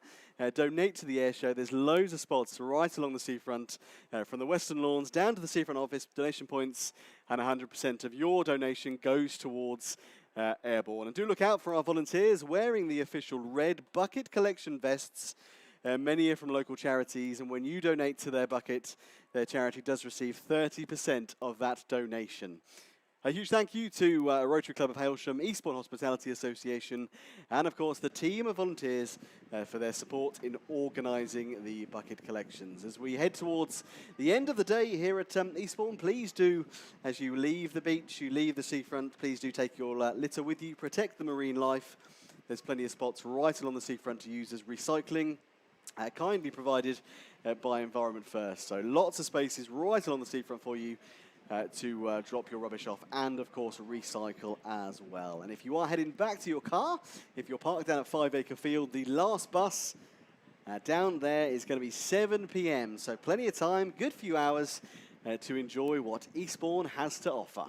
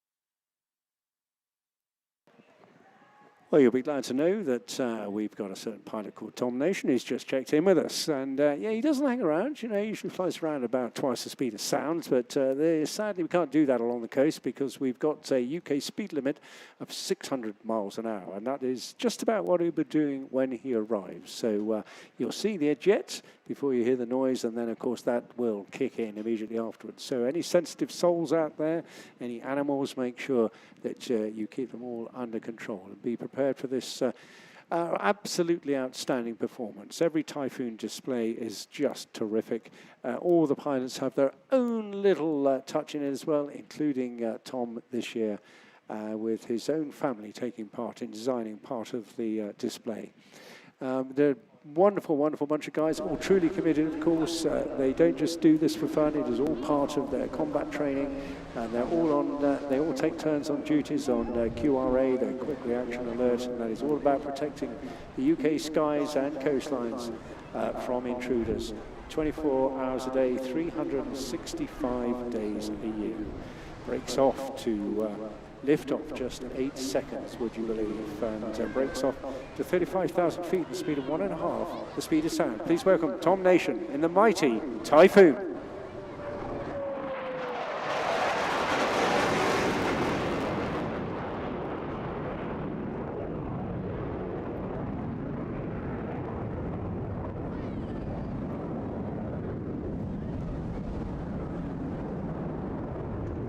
Very shortly you'll get a chance to look at the bottom side of this aircraft and an opportunity to see the 13 hardpoints where you can put on a whole load of different armaments. An extraordinary collection of equipment designed to... well, if that's not enough to threaten an enemy, just seeing that as he goes up into this massive full afterburn barrel roll over to our left-hand side.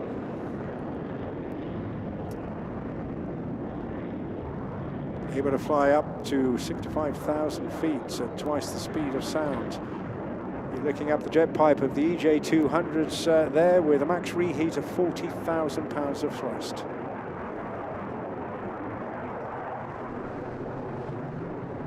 Here now you can see that underside, able to carry Amram, Storm Shadow.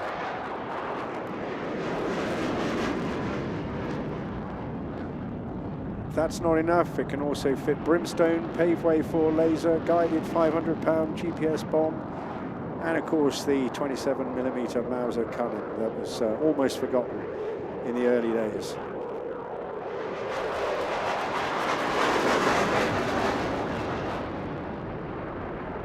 World-class, multi-role combat aircraft designed to be a little bit aerodynamically unstable. It's astonishing how many years we've been watching this in its development role as well, as going from strength to strength to that original flights we saw at Farnborough in the development Eurofighter so many years ago. Flown today by Flight Lieutenant Tom Nation. He's a flying instructor on 29 Squadron based at Royal Air Force Coningsby in Lincolnshire. He's actually a Welshman born up and raised in South Wales, where he joined the Air Cadets at just the age of 13 and then learned to fly with the Volunteer Gliding Squadron.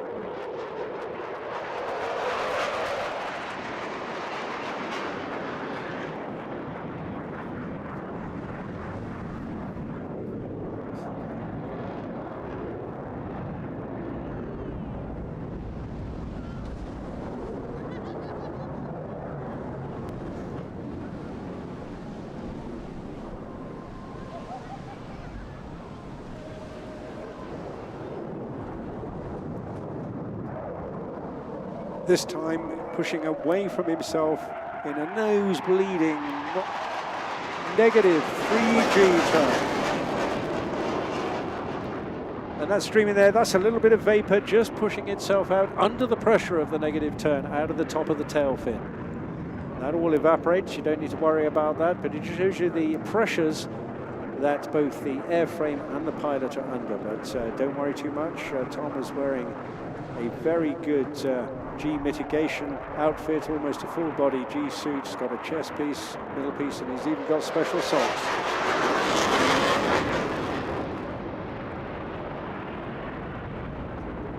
Demonstrating what they often refer to as their own carefree handling of this aircraft. A real joy. Sits up front, can't hear it, of course, the noise.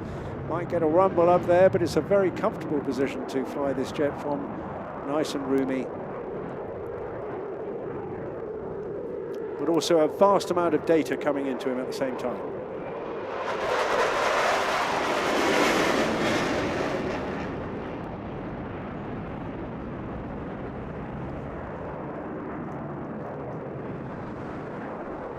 structurally strong enough, of course, to withstand all those high G-forces, up to 9, -3 as well. And all that information coming into him to give him the situational awareness for the pilot.